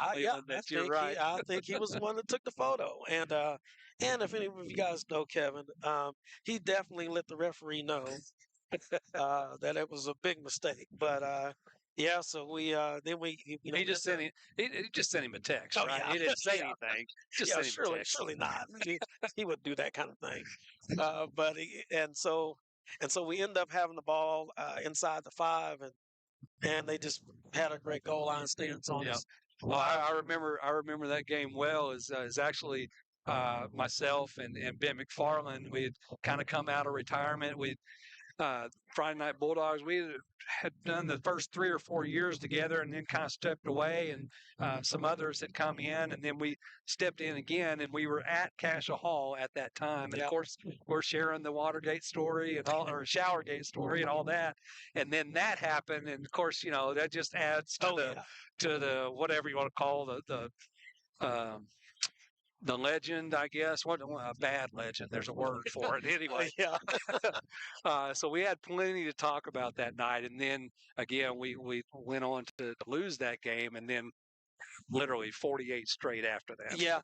And it was a turning point for us because we at that point we knew we had a good football team, and we just very unfortunate on some things that were happening just coming up close.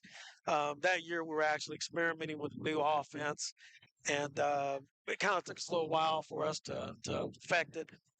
We figured it all out, and I think after that game, Coach Connick gave a pretty good emotional speech to the team to just let them know, guys, we're really close. We're really close, and we've got a chance of being a very good football team if we can just keep this thing going. And we never look back after that. And that was. Sometimes people ask me about all the different state championships and what they mean, and they all it's weird, they all have their own special place, Right. And that's definitely one that's special because that was one where I'm thinking no one besides everybody that was in that locker room and our little fans. I don't think anybody else thought we could get there. So we're excited about that. Cleveland, the wind's picking up here, and I know in our headsets it's just like, wow, we can barely hear, but it actually, for whatever reason, it doesn't come across at all. So the fans are still been able to enjoy that even with the wind picking up. But you mentioned that everything has something special about each individual state championship, and of course the first one is always going to be special just because it's the first one. Yeah. But that's probably between that one and then the Kia Jones in the end zone. Yeah. Those probably two are the ones that stick out most. And just going back to the 2011, that was at OSU, you know, Oh, yeah. Stillwater, the stadium, the atmosphere there. Of course, Kevin Peterson had a huge game. Oh, had a tremendous game. And then, of course, the year before that, we had gone and fell victim to lost to Douglas. Douglas, And you know, and you know, I say this, sometimes you take good lessons and losses. And that first year when we played Douglas, you know, the mindset of the kids we got there, we were walking around the field taking pictures and just kind of in awe. You know, and then we ended up losing it, and it was very, very painful, and there was a lot of tears in the locker room, and again, you know, I know Coach Connick, he has a lot of good emotional speeches and a lot of good things, and I know he looked at me and tears in both of us, tears in our eyes, and he said, "I'm not coming back here and losing again." He said, "I'm not, you know, this is not going to happen again. We're coming back and winning it." And it made our team focused that next year, man. We were focused, and when we got to Stillwater that time, there was no picture taken, there was no in awe. Our kids walked the field back and forth, got in the locker room, and taped up, and they were ready to go. Wow. Yeah, and that one, that championship game was probably the most physical I think we'd ever played. I mean, it was a physical night, just getting after them, and I do remember we against the Tornadoes again. Against Tornadoes. And at the very beginning, 6 or 7 years after that first encounter. Yeah, and we had an early turnover in that game, and they got the ball, and our defense, I mean, 3 and out, and I remember after that 3 and out, Dale turned and looked at me and said, "They can't beat us." He said, "We're better." He said, "We're better than them. We're more physical than them. They can't beat us." And sure enough, we just totally dominated that game. So, and great big hit in that game, TJ Pond. Oh yeah, I've seen the picture several times. Yeah, it's a big picture hanging up in the stadium right now. Quarterback, I thought I did not think the quarterback was going to be able to play for the rest of that game. The way his leg was turned up underneath him, but he was able to shake it off. Big, gigantic hit. That was year 3, I believe, for Friday Night Bulldogs.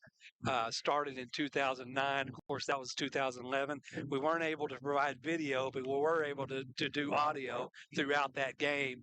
And LJ Kangas, he was with us last week, original member of the FMB crew.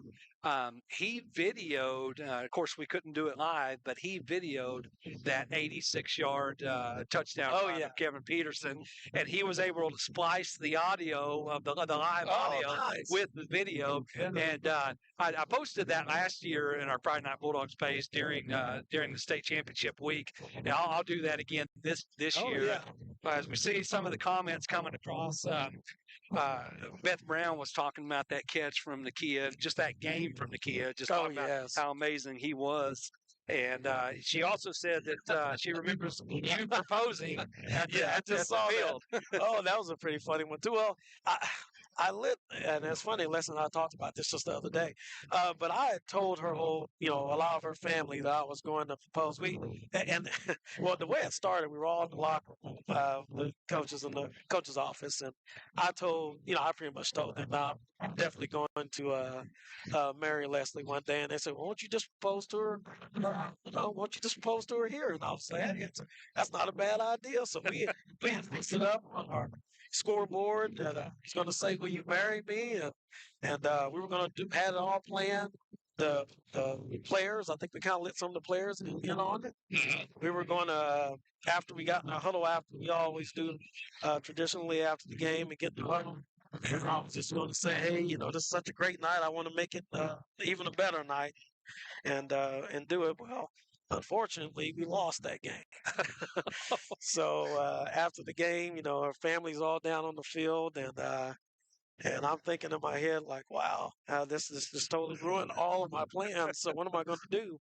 And but I still got down on one knee and made the best decision of my life. There you go. Yeah. So definitely in all ways of the phrase, bittersweet. Uh-oh. Oh, Oh, there we're we back go. on. Yeah. So we thank everyone for indulging us through this halftime as the teams have just now been on the field for about a minute or two. We're getting ready for this second half action as the buzzer is fixing to sound to start the third quarter. Emma Swearingen posted on the line our page, Go Dogs, and Sherry Moody. Go Dogs! Thanks for logging on, and everybody else that's with us. And here's a name that you'll recognize. It says, "Don't bring up 2010." LOL. That's Dalton Self. Oh, man. Oh, dog. Cody Young. Cody graduated a couple of years back. When we were talking about the first half and the domination, he said it was a low scoring domination. Yeah, I was there like, you you go. know what? That's a pretty good way to put it. Yeah. With Dalton Self, I do have to, he probably doesn't want me to tell this story. How he was one of the first kids when I came here to interview, when the first when Dale invited me to come on down. He was one of the first kids. Actually, well, I'd say after I got hired, he's one of the first kids that I came in contact with. He's a little seventh grader, if you imagine that, and walked up to me and we're handing out equipment, and he says, "Hey, do you got my britches?" And I looked at him and said, I could absolutely hear him say that. What was that? My britches. I said, "These are my football britches. It's all your football fans." Oh, here you go. So, yeah. So he was my first experience of Wagner. What in the world did I get myself into? They said, "Stop." Now, here's the second half kickoff, Oologah. That will be fielded at the 10-yard line from the Mustangs across the 30. Good return. Yeah, to the 36-yard line. Looks like it's number 13 and number 34 down. Also, Klinger, number 19. 13 is Love, and number 34 is Garen Arnold. All right. Making the tackle. The Mustangs will have the ball 1st and 10 on their own 36. Hammond's 29. Thanks for logging on. That might be Doug. Doug is a classmate of mine, now works with us here at the middle school. So, Doug, hope everything's going well as we start this second half. A handoff straight up the middle. And the Mustangs just trying to get something positive going on. And if they can establish something here on this first drive of this second quarter or this second half, Yeah. they could still be in this game. Yeah, it still be a ball game here. So they probably just want to definitely take their time and kind of get down here and get some points on this. I want to give a shout out to Amy Cantrell and loving the conversation for halftime from Coach Alexander. Part of that storied history of Wagner football, that 2014, 2015, 2016 state championships, even that 2011 from the first one, and even the 2020 one. Yeah, well, yeah, okay. 2020. Yeah, that was a good one too. And so the Mustangs have a first down from the 48-yard line, and I want to thank everyone for indulging us through our little trip back in memory lane over halftime show. And the Mustangs, not much on that carry, as it was McFarland and Harris on the stop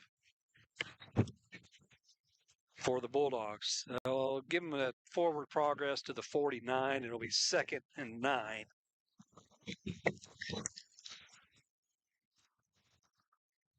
God's still not in any kind of rush here. No. Just trying to make sure they're getting some good plays here where they can establish a drive. See more and more blankets and coats coming out. On my ball.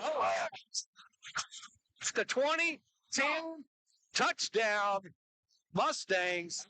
Number 6 looked like he was shot out of a cannon there. Yeah, he has some good speed there.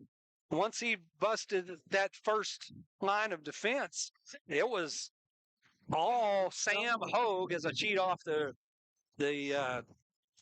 made one move, and then it was all him Sam Hogue. I was cheating off the PA announcer here and heard that name. If I remember correctly, I believe that might be the superintendent's son. Oh, okay. I believe so. So showing that he's got plenty of speed and goes for 51 yards and a touchdown. And there's the extra point. Wagoner 23, Oologah 7. We're 2 minutes and 2 seconds into this third quarter. And Leland, we were just talking about if Oologah could establish something here. So as of right now, they're still not going away. Yeah, they made us a ball game now. So I now, we're talking about us kicking a lot of onside kicks and tricks. I mean, if Oologah's got one, Yeah. this might be the time to go ahead and throw that out there. Yeah. So I'm pretty sure Coach Connick, knowing him, he's down there, talking to him about that right now. 9:58 is on the clock. If you're just now joining us, that was the first drive of the second half as the Mustangs put together about a 75-yard drive there over the course of about 4 plays, ending with a 49-yard, from the 49 of their 49 for a 51-yard touchdown run. And now all of a sudden, the Mustangs have a breath of life. Watch out here. It could be, On a short pooch kick. Oh, the wrong guy. No, don't kick it to McFarland. Don't kick it to him. And he has a pretty good return for as short a kick that was. Yeah. Gets it to the 43-yard line. And Damian Eubanks, watching from Wagoner. Damian and I played together for the Wagoner Bulldogs back in the early 90s. Damian, thanks for logging on. M.W. Duck is a regular for Friday Night Bulldogs. Cody Young had talked about wanting to know what this first round of playoffs is looking like. I was looking that up. Unfortunately, the teams that can decide this aren't playing tonight. Oh, okay. They'll be playing. Now, Ada and Salazar are playing it, and they're playing for winner take all down there in that South. Here's a quick hit to Ford. Makes one tackler miss. Not able to get out the second one, but still able to get positive yardage to almost the 45-yard line. So what I looked at earlier, looks like Broken Bow and Poto will be playing. I believe the winner of that probably will be the one that we play. But there's some other little scenarios in there that can be thrown in. Here's Tristan Edward trying to bust it to the outside. And number 47 makes a tackle for the Mustangs. Edward to the 46-yard line. It's going to be 3rd and 6 as the Mustangs, you can tell right now they're trying to get a pep. They're trying to get a pep in their step. It's a big down.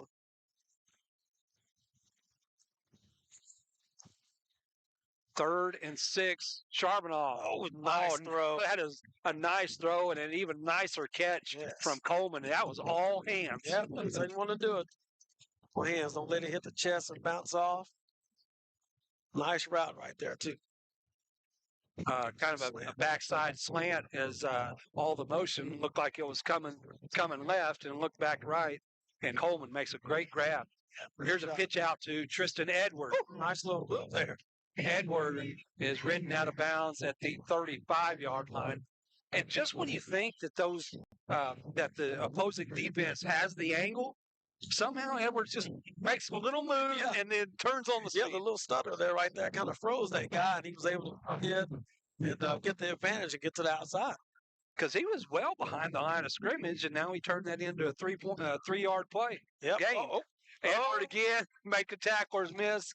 Finally tackled at the 21-yard line, and you get the sense that this drive right here by the Bulldogs kind of a statement drive.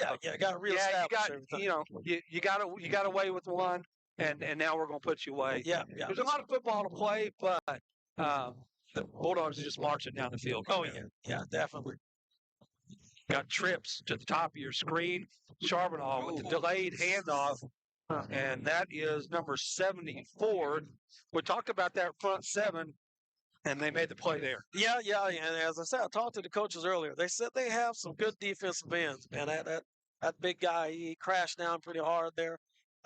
He's probably got a read where he's going to either take quarterback or back on that, and he right there, he just about tackled both of them. Yeah. So it's a loss of 4 back to the 25-yard line. Here's Charbonneau. Throws it out to his right, and that is the Caden Ford. Gets most of that yardage loss on the previous play back, and then maybe a few more. Well, actually, yeah. It was just a long pass. The opposite end of the field, but that was actually only a pickup of about 2, so it's 3rd and 12 from the 23-yard line. Charbonneau look up to the sideline. It looks like they may be changing the play here. Trips to the bottom of your screen, and it's Coleman at the top of your screen. Here's Charbonneau looking left, finds his man. Oh, still makes the catch. That's Swanson. And he had to take 3 or 4 stabs at it. Yeah, like 3 or 4 tries, but he finally pulled it in. That's going to be close to 4 first down yards. It's actually Really going to show like we're bringing in the big guys here. They're going to be the man of steel just got him. Okay, here we go. So Dennis and Sandy, I'm sure you guys are still watching. We're probably going to see Bryce leading through that hole. Looks like he's going to go with the tush. Everyone, going to break it out. Pricked him a little bit there, but Charbonneau was still able to get it. Boy, he had a lot of time there to decide what he was. Ends up cutting it back to the middle, and it makes more than enough for the first down. Oh yeah, that was definitely the. I really hate that term for some reason. It's just let's get the Hogs in there and let them lead the way. Oh yeah, they kind of tried to psych him out there. As I see it, well, I guess the rule is still in effect. The helmet comes off. You got to come off the field. Charbonneau's helmet came on. So now they had to go ahead. And McHenry. McHenry's in there.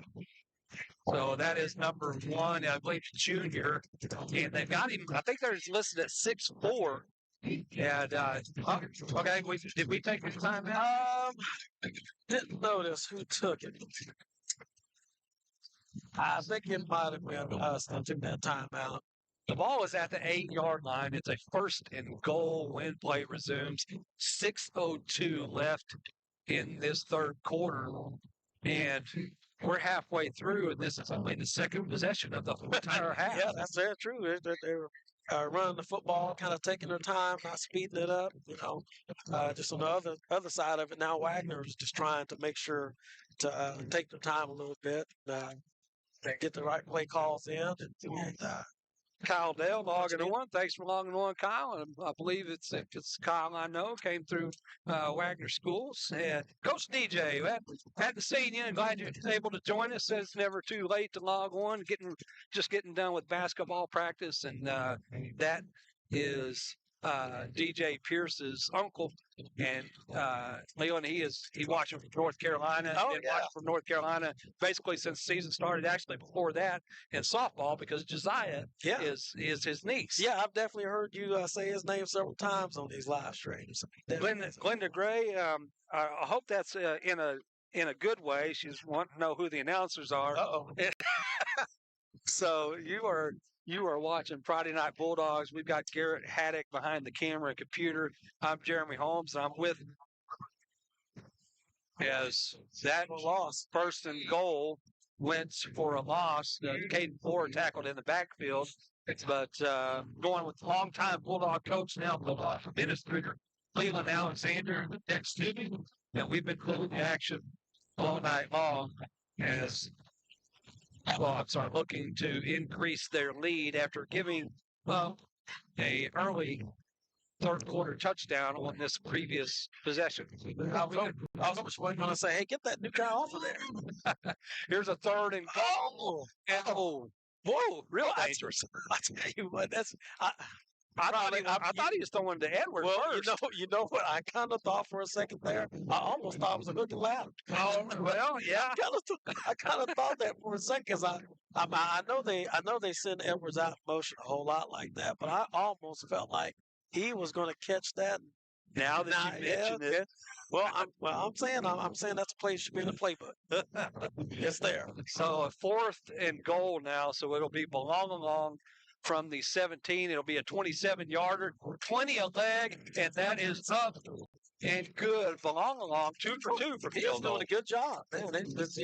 I guess I'm kind of seeing these guys' progression over the season. I know at the very beginning of the season they're not kicking as well as they are now. They've gotten a whole lot better. And I know Alan Severe is he's kind of like a volunteer coach for us and works with the kickers and does a good job. That's a 32-yarder from all along in the first quarter, and now with a 27-yarder here.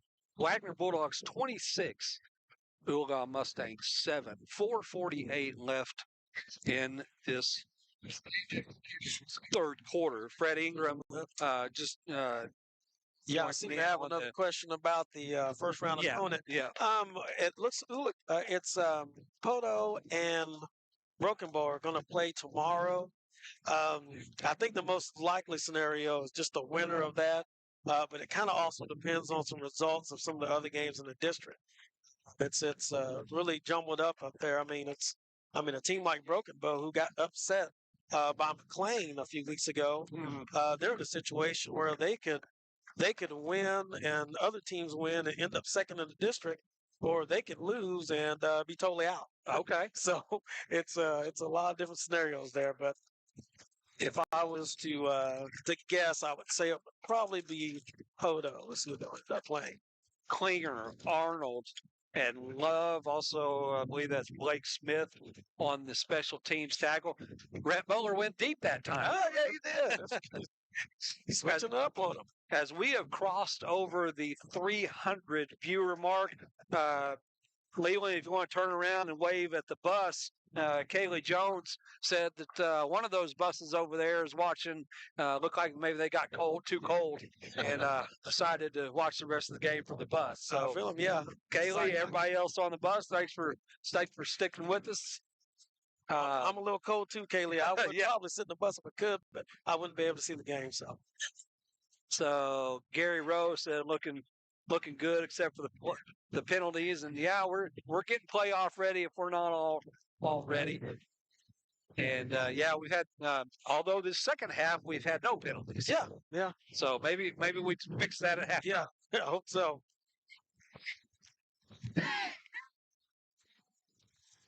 There we go.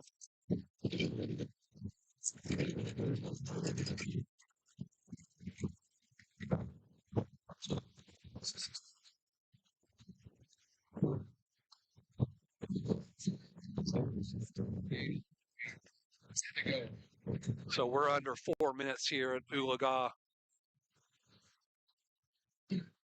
Stadium. You know what? Cleveland, I didn't catch the actual name of it. It may be the Oologah Stadium. Yeah, I thought it was called Mustang Stadium. Mustang Stadium, okay. On a 3rd and 10. Oh, nice. And, Down. Von Holt, number 56, Von Holt, getting up in the air, knocked that one down on a 3rd and 10. And just like that, Leland is 3 and out for the Mustangs. There you go. There's a way to come back and reestablish yourself and take control of this football game again. Hey, somebody got to get out of here. We got one uncovered. There we go. Oh, sorry, the coach in me came out. Incomplete pass, stopped the clock at 3:25. There's a low end-over-end kick. McFarland has a little bit of a chance, and sometimes you just want to just not want to say anything, just to see what's going to happen. Yeah, just watch. Don't want to ruin the moment by talking through it. Anytime McFarland touches the ball, holy cow! You just don't know what's going to happen. No. Going back to my days of coaching, I remember when I had him in 9th grade. I was offensive coordinator, and we had a corner post route that I put in, and it was Bo's favorite. And I'm telling you, every game he'd come over to me, hey, it's time for the corner post, coach. And I'm telling you, I think he's probably 10 for 10 on that one. He had a lot of every touchdown he had was on that play. He had quite a few. Tayshawn Williams on the carry. We're just talking about the penalty-free quarter, and And one there we go. has come in, laying at about the Bulldog 48. Holding, again, the call against Wagoner. Man, we got to clean up the holding calls. They will definitely have It is, plenty to talk about on film throughout the week as we head into playoff action next week. Yeah, that is a drive killer in the playoffs. You can't have that happen.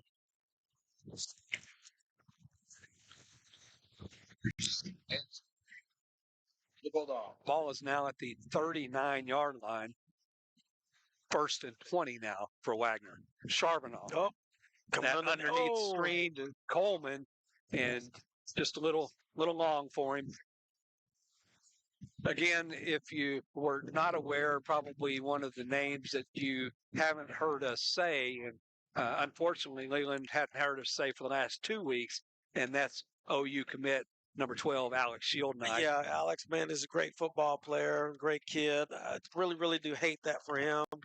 I talked to his mom, and surgery went well, and he's doing well. So, and really in good spirits. But, really do hate that for him. So it's going to take the rest of the team stepping up. I mean, he's a vital part of the team. Yep. Especially defensively. I think offensively, blocking. He made a lot of big plays catching the football, but I think a lot of people it goes unnoticed of how good of a blocker he was. And but luckily we do have the man of steel, so Yep. We definitely had somebody to put in and take the slack up on that. And then on defense, I've noticed they've Winky. Yep. They've used him, Javon. They've used him, and he's done a good job. Charbonneau evading one tackler, and now outrunning the second down the sideline. Oh. Holy smokes. We went from about a 5 or 6 yard loss to almost first down yardage. Oh, actually, we got first down. Oh, yeah. Now, this sounds weird to say Charbonneau tiptoed, but he tiptoed the sideline right there. And 3rd and 22 was the exact yardage, and looked like he had about 23 or 24. Yeah. Gets first down to the Mustang 39-yard line, and this is Tayshawn Williams. Tayshawn Williams at the 10. It's finally tackled from behind at the 8-yard line, maybe the 7. And you just get the feeling, Leland, that this could be the dagger. Yeah. He and Trenton complement each other very, very well, because you've got Trenton, who's very elusive and, quick. Tayshawn's kind of taking more of the just straight downhill run. Yeah. And it's really a good 1-2 punch. And I know the cliche of the term, people use that thunder and lightning. Yep. That's kind of how these guys are. He just runs downhill. Which, speaking of running downhill, here he is. Touchdown Bulldogs, number 4, Cale Charbonneau. And 1:09 left, 32-7 Bulldogs. We talk about that thunder and lightning. We might throw a little quiz ball action up there to our fans of who are the 2 running backs that were considered the starts of the idea of thunder and lightning. Oh, I'll give you a hint if I'm correct. I may be off base here, but I believe they were both playing for the Giants, New York Giants, back in the early 2000s, somewhere around there. Yeah. Oh man, now you're making me think here. Let's see.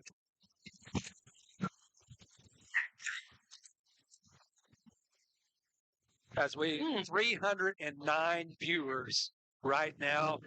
If we're all on the Wagoner Oologah stream instead of just the Wagoner stream, again, I'm not going to go into any detail about that, but be sure to get over to the Wagoner versus Oologah stream. It looks like one person already did that. We're down up to 310 now. 109 left in this game. The extra point was good. Wagoner 33, Oologah 7. And don't think for a minute, Leland, as Brett Butler teased it up at the 40, don't think for a minute that we might not see another outside kick. It can happen at any moment. I'm telling you. So anybody got an answer without Googling, by the way, if you got got an answer for us about the original Thunder and Lightning, let us know there. So it said Gus the Bus there, but I don't think that was one of their answers. He definitely was Thunder back in the day. Oh, look at him. All right. He's going to field it at the 10-yard line. faked it. Okay, yeah. Had me faked out. As maybe they should have went with it. Yeah, should have gave it off. They tried that early on in the first quarter and was pretty successful. Mm-hmm. Definitely was. And this time it was still a decent return, not quite what they had the first time they ran that reverse on the return, but it'll be Mustang ball at their own 32-yard line. Mustang Athletics back to take.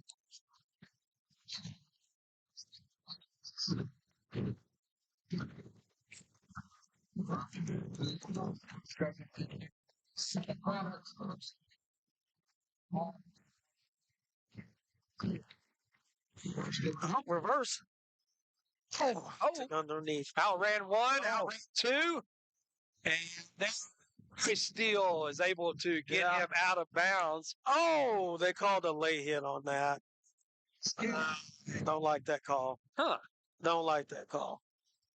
I mean, I'll see exactly what went on, but I just kind of thought that it was just the motion that took him into it. And I think that was a flop. About that. Called that on Gavin, and I mean, wow. Yeah, I'm not real sure about that, but nevertheless, that's going to be a 15-yard penalty. And I don't know. I feel like that was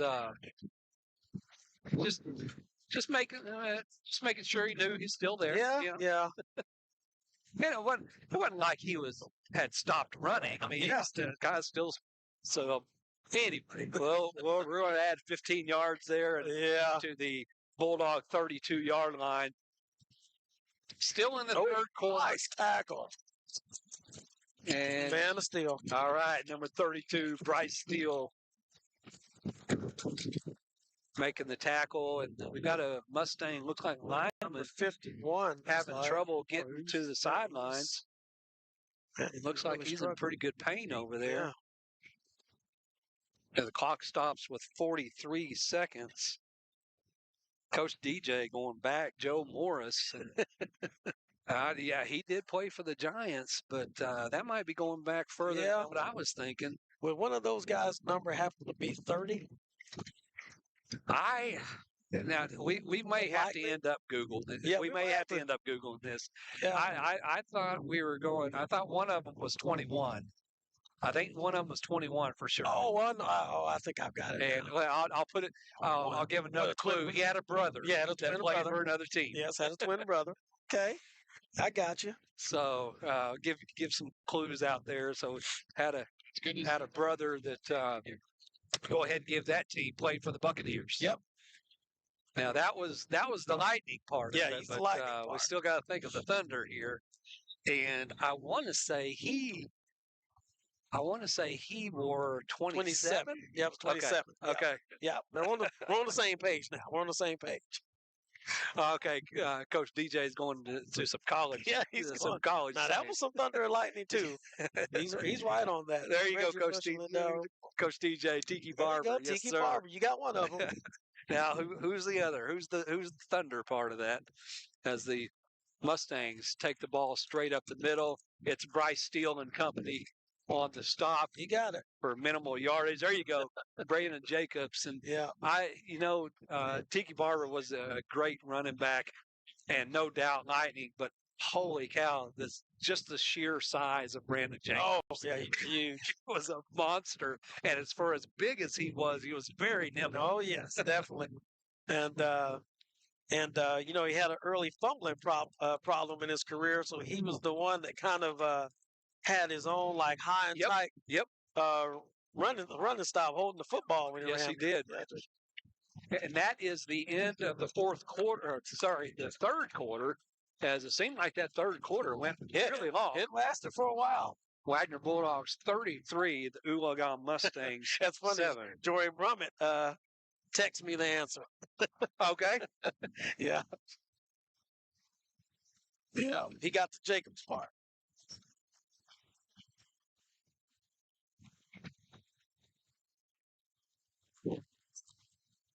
So, sorry, got a little distracted there. Casey Hanna. And here's what you were thinking when you said 30. I agree, Casey. You went back. Dave Meggett. Yeah. Now you want to talk about the return guy, man? Yes. That's what I was thinking. He used to give the Cowboys fits. Oh yeah. Well, us being Cowboy fans, we definitely know about some Dave Meggett. Don Yates logging in, talking about Ron Dane. That's another one that was Giants for sure. Yeah, he was a big one too. Which played his collegiate ball in Wisconsin, I believe. Yeah, Wisconsin Badgers there. Chris Lancaster, Becky Coates watching from South Fork, Colorado. Where we may have stolen our Wisconsin dub. Ours, it's a little different. How about a 3rd and 10 for the Mustangs as we start this fourth quarter? Did he catch that? Oh, hit the ground. Hit the ground. He looked like he might have hauled that in. He was behind the defenders for sure. He got behind them. So that was really a good throw. Yeah. On the run and had to kind of square up and kind of hop in the air and just underthrew it a little bit. And it would have been a great catch if he was able to haul it in. Yeah. But it'll be 4th and 10 for the Mustangs at the Bulldog 31. Yeah, I talked about all those tricks and everything. You might see them all here in the fourth quarter. Right. The annexation of Puerto Rico here in a minute. 4th and 10. Oh, there it is. And now we're going back to the quarterback, and he heaves it downfield. And that is going to be incomplete. The receiver was wanting to he wanted interference called there. Yeah. He wasn't getting to that ball. No. Well, you weren't going to get that. That's uncatchable. So the Bulldogs defense holds, gives their offense the ball 1st and 10 on the 31-yard line. Again, we want to give a shout out to our sponsors for Friday Night Bulldogs, the elite sponsors, Shipman Funeral Home, Armstrong Bank, Aspire Health, Our Best Bank, Blue Sky Bank, Smoking Sisters on Dewey, Meats and More, Wagner County Abstract, Al Drug, Bonnie's Flowers, and Smoking Sisters on Main. And Coach Alexander, if you see those corporate sponsors there, and let the Bulldog fans know. Okay, where did you leave off? Well, where'd they go? There we go. Start there. Advanced Top there. Orthopedics, Yep. Cherokee Personnel, Prestige Plumbing, Good Neighbor Realty, Bro Insurance, Richard Gray, Kevin Grover GMC, where I've bought all my vehicles. They like me a lot there. More Lancaster, Bank First, Apex Tile and Closing, and Beth Johnson, who was actually a former student of mine and ran track for me of Good Neighbor Realty. Yeah, we thank all of our Friday Night Bulldog sponsors again. If you see these business owners around town, please give them your thanks. As here's a pitch out to Trenton Edwin. Oh, here we go again. Yeah, I think we're going to have another holding call here. But not only thank them when you see them, but thank them with your business. As a lot of these business owners are Wagner grads themselves, just as you talked about Ben Johnson, Rick Moore. And I'd hate to even start mentioning all of them because I don't want to leave anybody out. But many of these Friday Night Bulldog sponsors are Bulldog graduates themselves. And even if they're not Bulldog graduates, they have been longtime Bulldog residents. So I was about to say, I'm sure they're going to take Matt a shot. Swanson, Matson Swanson was a great over the head. He had to bend back for that. Oh, he one. did. Yeah, it was good. That was good control, body control right there to get to that football.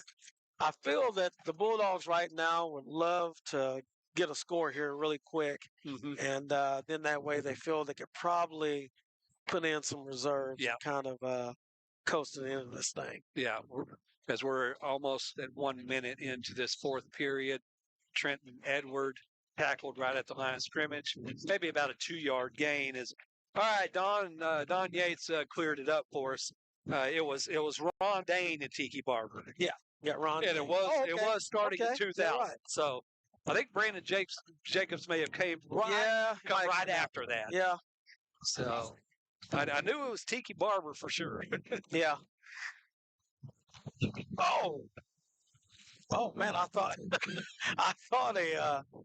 a D lineman picked that off right there.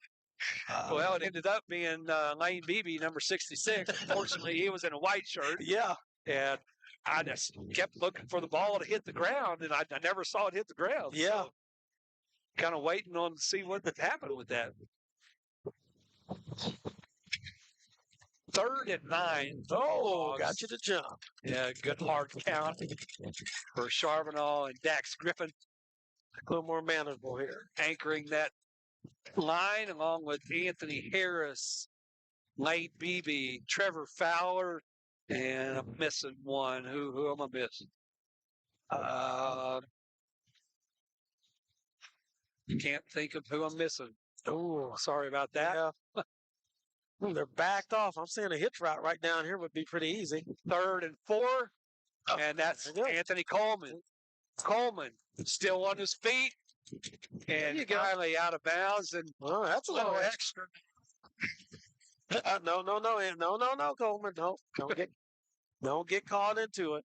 That's another thing that we're really worried about at the end of the season, because a lot of times we were fortunate enough to have things wrapped up in that last game, and we just worried about teams baiting us and trying to get us to do something stupid and get one of our kids. And we did have that unfortunately happen to us one year. We I don't know if I should say the young man's name, but I don't know if you remember Orlandis.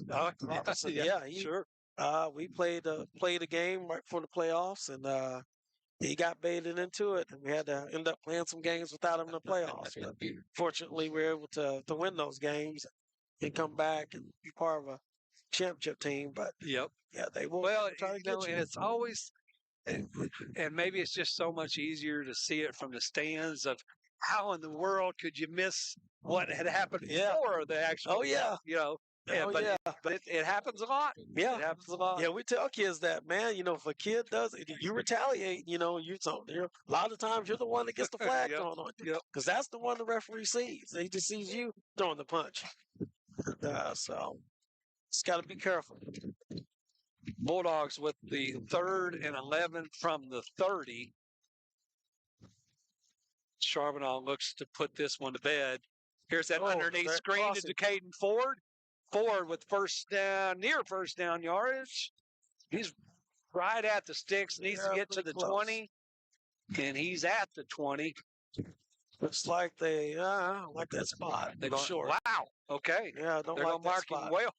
They're going, wow, is that back to the 22? Yeah, we're out here at 22. Did not like that spot. Wow, man. Okay. Yeah, so we got a 4th and 2 instead of measuring for a first down. We've got a 4th and a long 2, actually. Charbonneau. That was Got it up the middle, and we're going to go from 4th and a long 2 to 4th and a long 12. So love the concept on that play. Boy, we overloaded over there to the right, faked that pitch, and then ran the counter back the other way. Yeah. Oh.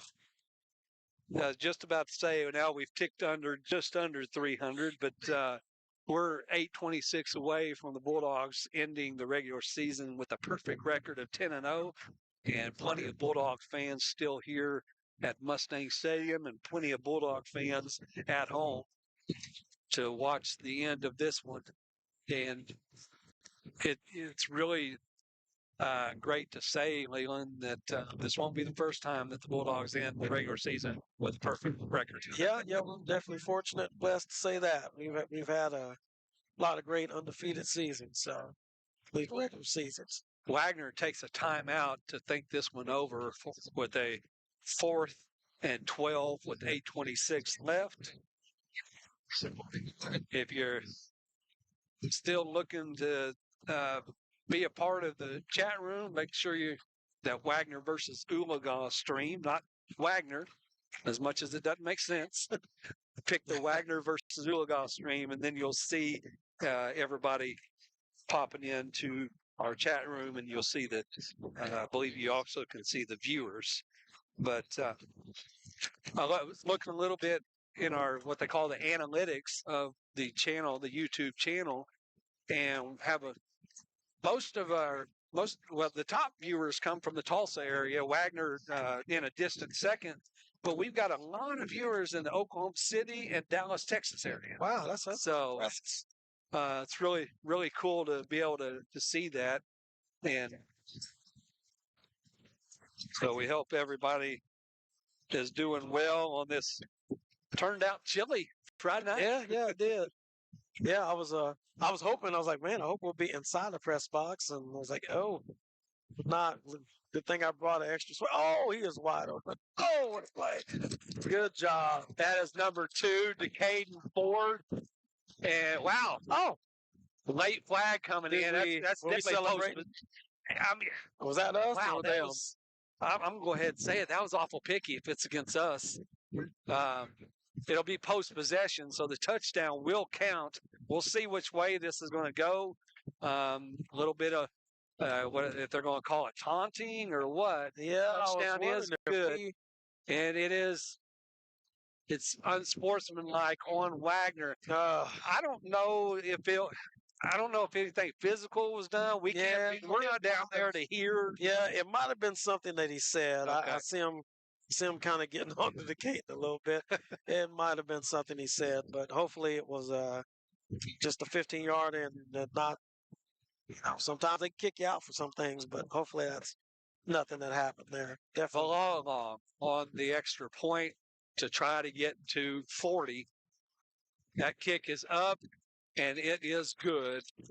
Wagoner Bulldogs 40. Oologah Mustangs 7, 8:18 left in this ball game. And Leland, there were 2 or 3 Bulldogs in the end zone at the time, and I don't know if they who they actually pointed that out to, but yeah. It had to be something that was said. Yeah, it had to be something that was said. I didn't see any kind of physical, any gestures or anything like that, or any extra, celebration, whatever you want to call it. So maybe it was on the audio side. Yeah, it must have been. It would be pretty interesting if they would let the high school kids do like the NFL players, where they get to do all the different celebrations and routines. Yeah. It would probably get a little wild if the high school kids do that. Yeah, for sure. So that penalty will be assessed on the kickoff. So I'm really interested to see what this kickoff is going to be. Because we're kicking off from our own 25. It's Brett Butler out there. So is he going to try to give it all he's got here? And now, really, if you look at it, there is a real big gap right here in the center. Yes, it is. If he could pop it straight over the middle into that gap, it would have been, that's not To be fair caught at the 49. Needed a little bit more oomph on that to get it in that hole that you're talking about. Yeah. But Oologah will have the ball 1st and 10 on their own 49. If you hear a little bit of shaking in our voices, it's getting a little chilly. Wind's kind of cutting through. It's getting a little cold. As we're outside among the Wagner faithful in the stands. We maybe could have crowded in the press box, but we didn't want to give our coaches plenty of room, and maybe not necessarily physical room, but they needed the audio room. Yeah. I don't know. I love Coach Bryant, but I don't know if I want to have a hot mic with Coach Bryant. So Well, and I believe he's is he calling the offensive plays? Okay. Yes, he is. And with all these holding calls, Yeah, he would not. I had the pleasure of when he came over and became offensive coordinator, I was kind of his guy on the field that he talked to and sitting in the plays and everything. So if there was any direct conversation happening, it was usually with me. And when something didn't go right, he had some words. Good to say that he had some words. Well, I will say that we are next door to our press box, and I haven't heard anything. Yeah. So fortunately, things haven't gone that bad where we hear some things. So Andrew, we see he's getting a little irritated with the flags coming in several times in this fourth quarter. Oh yeah, we're just trying now. Let's just get out of here. And I see we've got several subs out there on the field right now, so we're just trying to get out of here and get out of here healthy. Steve and Fred also commenting on the amount of flags flying in. We're under the 8-minute mark. They just caught us just a second ago when we were putting in some of our reserves. They caught us too many men on the field a second ago too.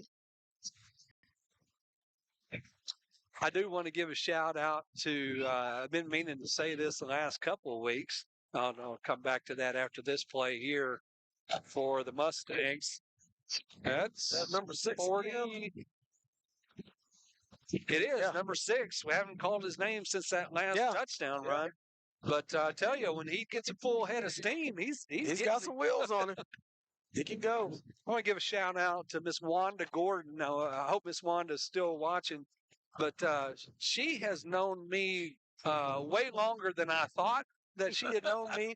This goes back to when my 2 brothers and I have an older brother that got his driver's license. Here's that Hogue again, bounces to the outside, and he is in for the score. Touchdown.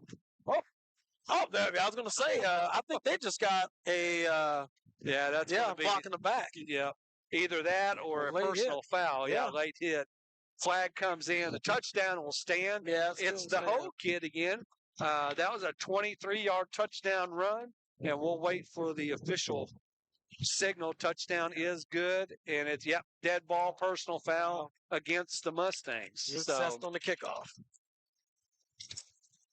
In any event, Hogue, with as little offensive yardage as the Mustangs have had, especially this second half, he's probably nearing 100 yards. I'll say he has all of it. That's a 23-yarder and a 51-yarder. There's 74, 75 yards right there. So he's probably nearing 100 yards rushing tonight. He's got all those rushing yards. Number 21 with the extra point attempt. That kick is up, and I pushed it left. So the score will remain Wagoner Bulldogs 40, Oologah Mustangs 13, 7:04 left in this contest. But so I had my older brother Clint, about 5.5 years older than myself, and then my middle brother Joe is about 3 years older than I am. So Glenn obviously got his driver's license before we did, and this was back when most of the kids today wouldn't believe this, but this is back when convenience stores had video games. And video games, pinball machines, things like that. And so we would always go to the 7-Eleven, and my brother would always take us there. And usually it was him playing pinball, but we really liked to watch him because he was really good at it. And Miss Wanda was the attendant there at one of the 7-Elevens there at Wagoner. Got to know you guys very well. And that was her introduction to the Holmes boys. And here it is 35 years later. We go to church together, and we talk about those days often. Of the Holmes boys coming in and spending their quarters on the pinball machine. Well, I had the pleasure. I'm from Oologah, Oklahoma, and we actually had a really large arcade in my neighborhood. I remember you telling me about this. It was called the Enterprise, like Starship Enterprise, and it was a lot of fun. There were many days when we would go there and believe my aunt might be actually listening. Okay. And she will remember this. She had a gigantic change bottle in her room when she was off to college. And I'm going to admit this. I used to go in there, and I used to Statute of limitations probably run out. I used to raid that thing. Well, I thought she would never figure it out, but she figured it out because I went in there one day, and there was a big sign on it that said "Do not." It was like, "Do not take any more quarters." So I thought she would never figure that out. Play a lot of games on her money. But there are plenty of our middle school students that are probably scratching. If they're listening right now, they're scratching their heads. Video games at a gas station? Yeah, what is that? All they know is going to QT kitchens and getting a whole meal. They don't know anything about being at an arcade. Somebody's playing the game, and you walk up, you put your quarter on there. Yeah, because you know where it's a challenge. Either that, or you were just hoping that guy or gal wasn't very good because you're going to be there a long time if they were waiting for their quarter to run out. Oh yeah.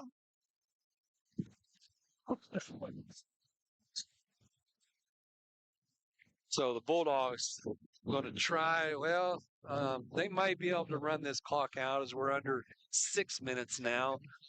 2nd and 9 from the 47 of the Mustangs. Tayshawn Williams gets just outside the 45. It'll be 3rd and 7. As it's just a weird moment right now, Leland, is again 40-13. The Bulldogs have dominated from the beginning, but I mean we're still over 5 minutes left in this game. Yes, it is. As I said, I've just been in these shoes before. Like right now, you're just like looking at the clock, like, man, can this game hurry up and get over? Yep. We just need this thing to be over, Yes, so we can get ready for the playoffs.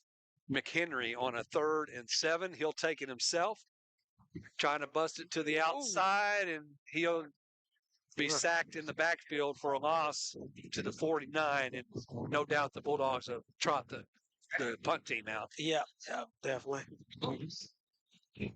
Heather, carry on. Thanks for indulging us with the laughy faces. Coach DJ remembers those days, and he's right. He's always trying. You're always trying to beat the high score and be able to put your initials up there. Yep, and always come back later and check to see if it's still there. Yep, absolutely. Yep. We're really dating ourselves here. Yes, we are. Then I just start thinking about Seinfeld and George Costanza with Frogger. Yes.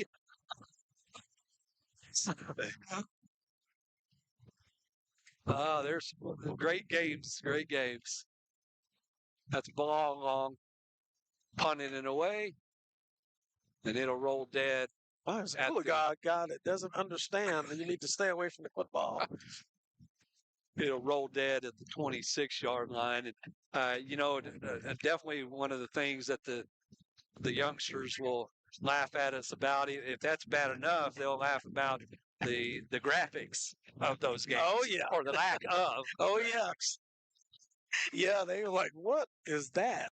I mean, if I showed them Atari football, it would blow their mind. They're like, what in the world? Well, probably even worse than that is Tank. Oh, yeah. Just these little blocks that shoot these little bitty hyphens, really. Yeah. But man, oh man, that'd take up a whole afternoon. Yeah, Pong. Well, Yeah, they're like, well, I say it'd take up a whole afternoon. Actually, our parents would be like, you know what? You've been playing on that long enough. You got to get outside. And don't come back till dinner. That's why I said, man, you guys are old. Well, that's Burrell. What's he talking about? Oh, well, yeah. Burrell, you were right there with us, bud. Yep. Here's number 1 for the it stays in bounds. A little nice spin move to the Bulldog 35-yard line. Sorry, Heather, it's Holly. Okay, I apologize. I got the carry-on sisters. I got the wrong one. So Sure, Burrell definitely played a lot of Pong. LJ, I'm not sure what it was, but television, the Bulldogs were heavily favored in television. Yeah, Coach Yep. DJ. Of course, this more into the late '80s, early '90s when Nintendo started to come Oh out. yeah. But Atari, oh well, probably the thing that the youngsters will. Well, I never thought I'd actually use that term, youngsters. But the one thing that they probably laugh about the most when you're talking about Atari is the one stick. Yes, the joystick. Yeah, that's right. So the Mustangs with 2:40 left, maybe trying to sneak one more score in here. But the Bulldogs will have plenty to say about that on a 2nd and 7. I know we've kind of gotten off the beaten path of the football game. Here's Hogue again, and this time he gets first down yardage. That was very disrespectful by 61. Well, it seems like there's a lot of that in this last, probably the last 2 or 3 possessions. A lot of extracurriculars out there. Yeah, the Oologah is definitely taking out their frustration right now. Some of our younger kids in here. Michael saying his Atari from 1981 still works perfectly. So, Michael, you're going to have to, Mr. Burrell, you're going to have to bring that to the high school and show your students as another flag comes. Hopefully, they will actually have called holding on them. Flying in from the side judge, and that thing was on a rope. Yeah, it was. There. Yep, it's going to go against the Mustangs. But yeah, Mr. Burrell, you got to bring that in and let your classmates or let your kids get a hold of that. Of course, you're going to have to bring some special hookup to all these HD TVs. Oh yeah, I don't know. Yeah, you can figure out what kind of hookup you have to put on it. Now, Mr. Burrell, if you still got that little box that you had to move the switch up and down. I can't even remember what those things are called, but if you wanted to play, you had to move the switch. Yep, you had to move it up. No, there. 6 again. Chris Lancaster said when all he had was a tire to roll down the hill. And I don't go quite that far back, Chris, but my aunt and uncle in Virginia had an Atari, and whether it was that or my friends, that's where I was able to play the Atari. We didn't quite have one ourselves. Yeah, I was kind of step behind everybody. I had to go play over somebody else's house before I could finally get one. But I would definitely remember that. Coach DJ talking about the butter knife being used to hook up the Atari. Yeah. So he says he's still got everything he needs, Mr. Burrell. Heck, he might be hooking it up now. He might be hooking it up now. Looks like we're about to have our last play here. Oologah will probably let's punch one more in. Yeah. Just Hogue. Hogue again.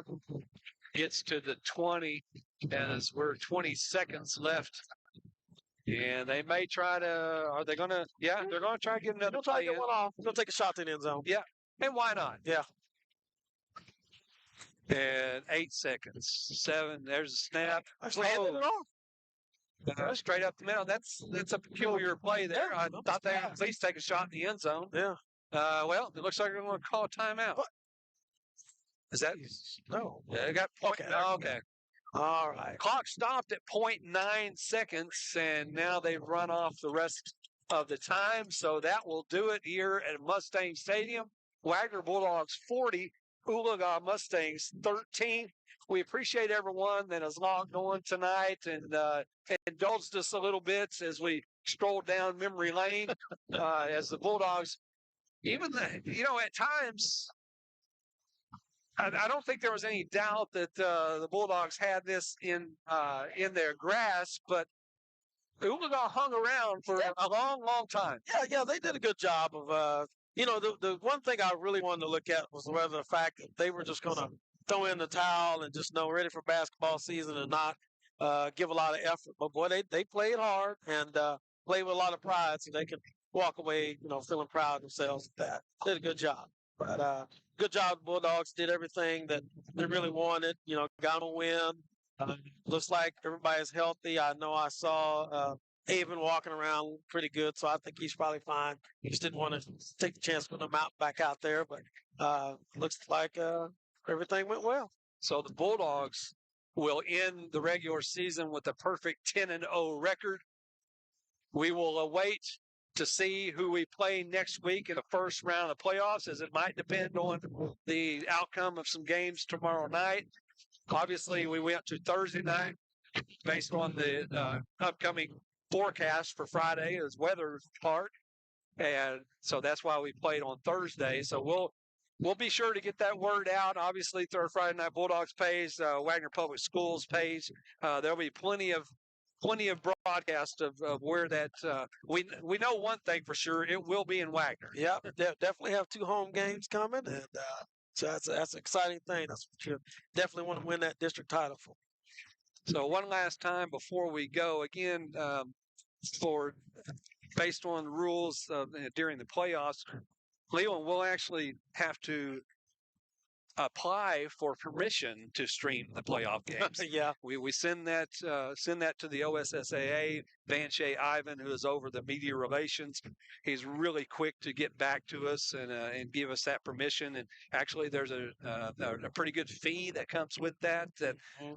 Mr. Harris steps in and helps pay that. And obviously, our sponsors one last time, our corporate sponsors: Advanced Orthopedics, Cherokee Personnel, Prestige Plumbing, Good Neighbor Realty, Row Insurance, Richard Gray, Kevin Grover GMC, the Moore Lancaster Agency, Bank First, Apex Title and Closing, and Beth Johnson of Good Neighbor Realty, and then our elite sponsors: Shipman Funeral Home, Armstrong Bank, Aspire Health, Arvest Bank, Blue Sky Bank, Smoking Sisters on Dewey, Meats and More, Wagner County Abstract, Al Drug, Bonnie's Flowers, and Smoking Sisters on Main.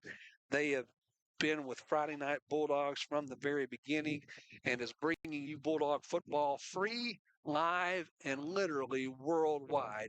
And we thank everyone that logged on tonight. Still 221 different places with us right now. Yeah, we won't be able to mention our sponsors next week, and we wanted to make sure that we gave them plenty of shout-outs tonight. And I don't know how long the team will be out because this wind is really picking up. Looks like they're already headed to the locker room. Yeah, hey, well, I just wanted to say thank you for the invite, and really enjoyed this. Really appreciate you doing this for all of our programs. Well, it's been great to be with you, Leland. I knew you'd do a great job coming up here, and been trying to kind of get you up here a couple of different times, and just the cards fell into place. And thanks for coming with us. And we're gonna leave you guys with that. And again, we appreciate everyone that's logged on and stayed with us through the night as the Bulldogs complete the perfect regular season 10-0. We'll await the opponent next week, and that will probably be released by Sunday officially, but probably we'll know by the end of Friday night. Yeah, definitely. Yep. So that's going to do it from Mustang Stadium. We thank everyone for the support. It's been Garrett Haddock behind the camera and the computer all season long. Leland Alexander coming from the coaching booth to the announcing booth. I'm Jeremy Holmes saying good night and God bless America.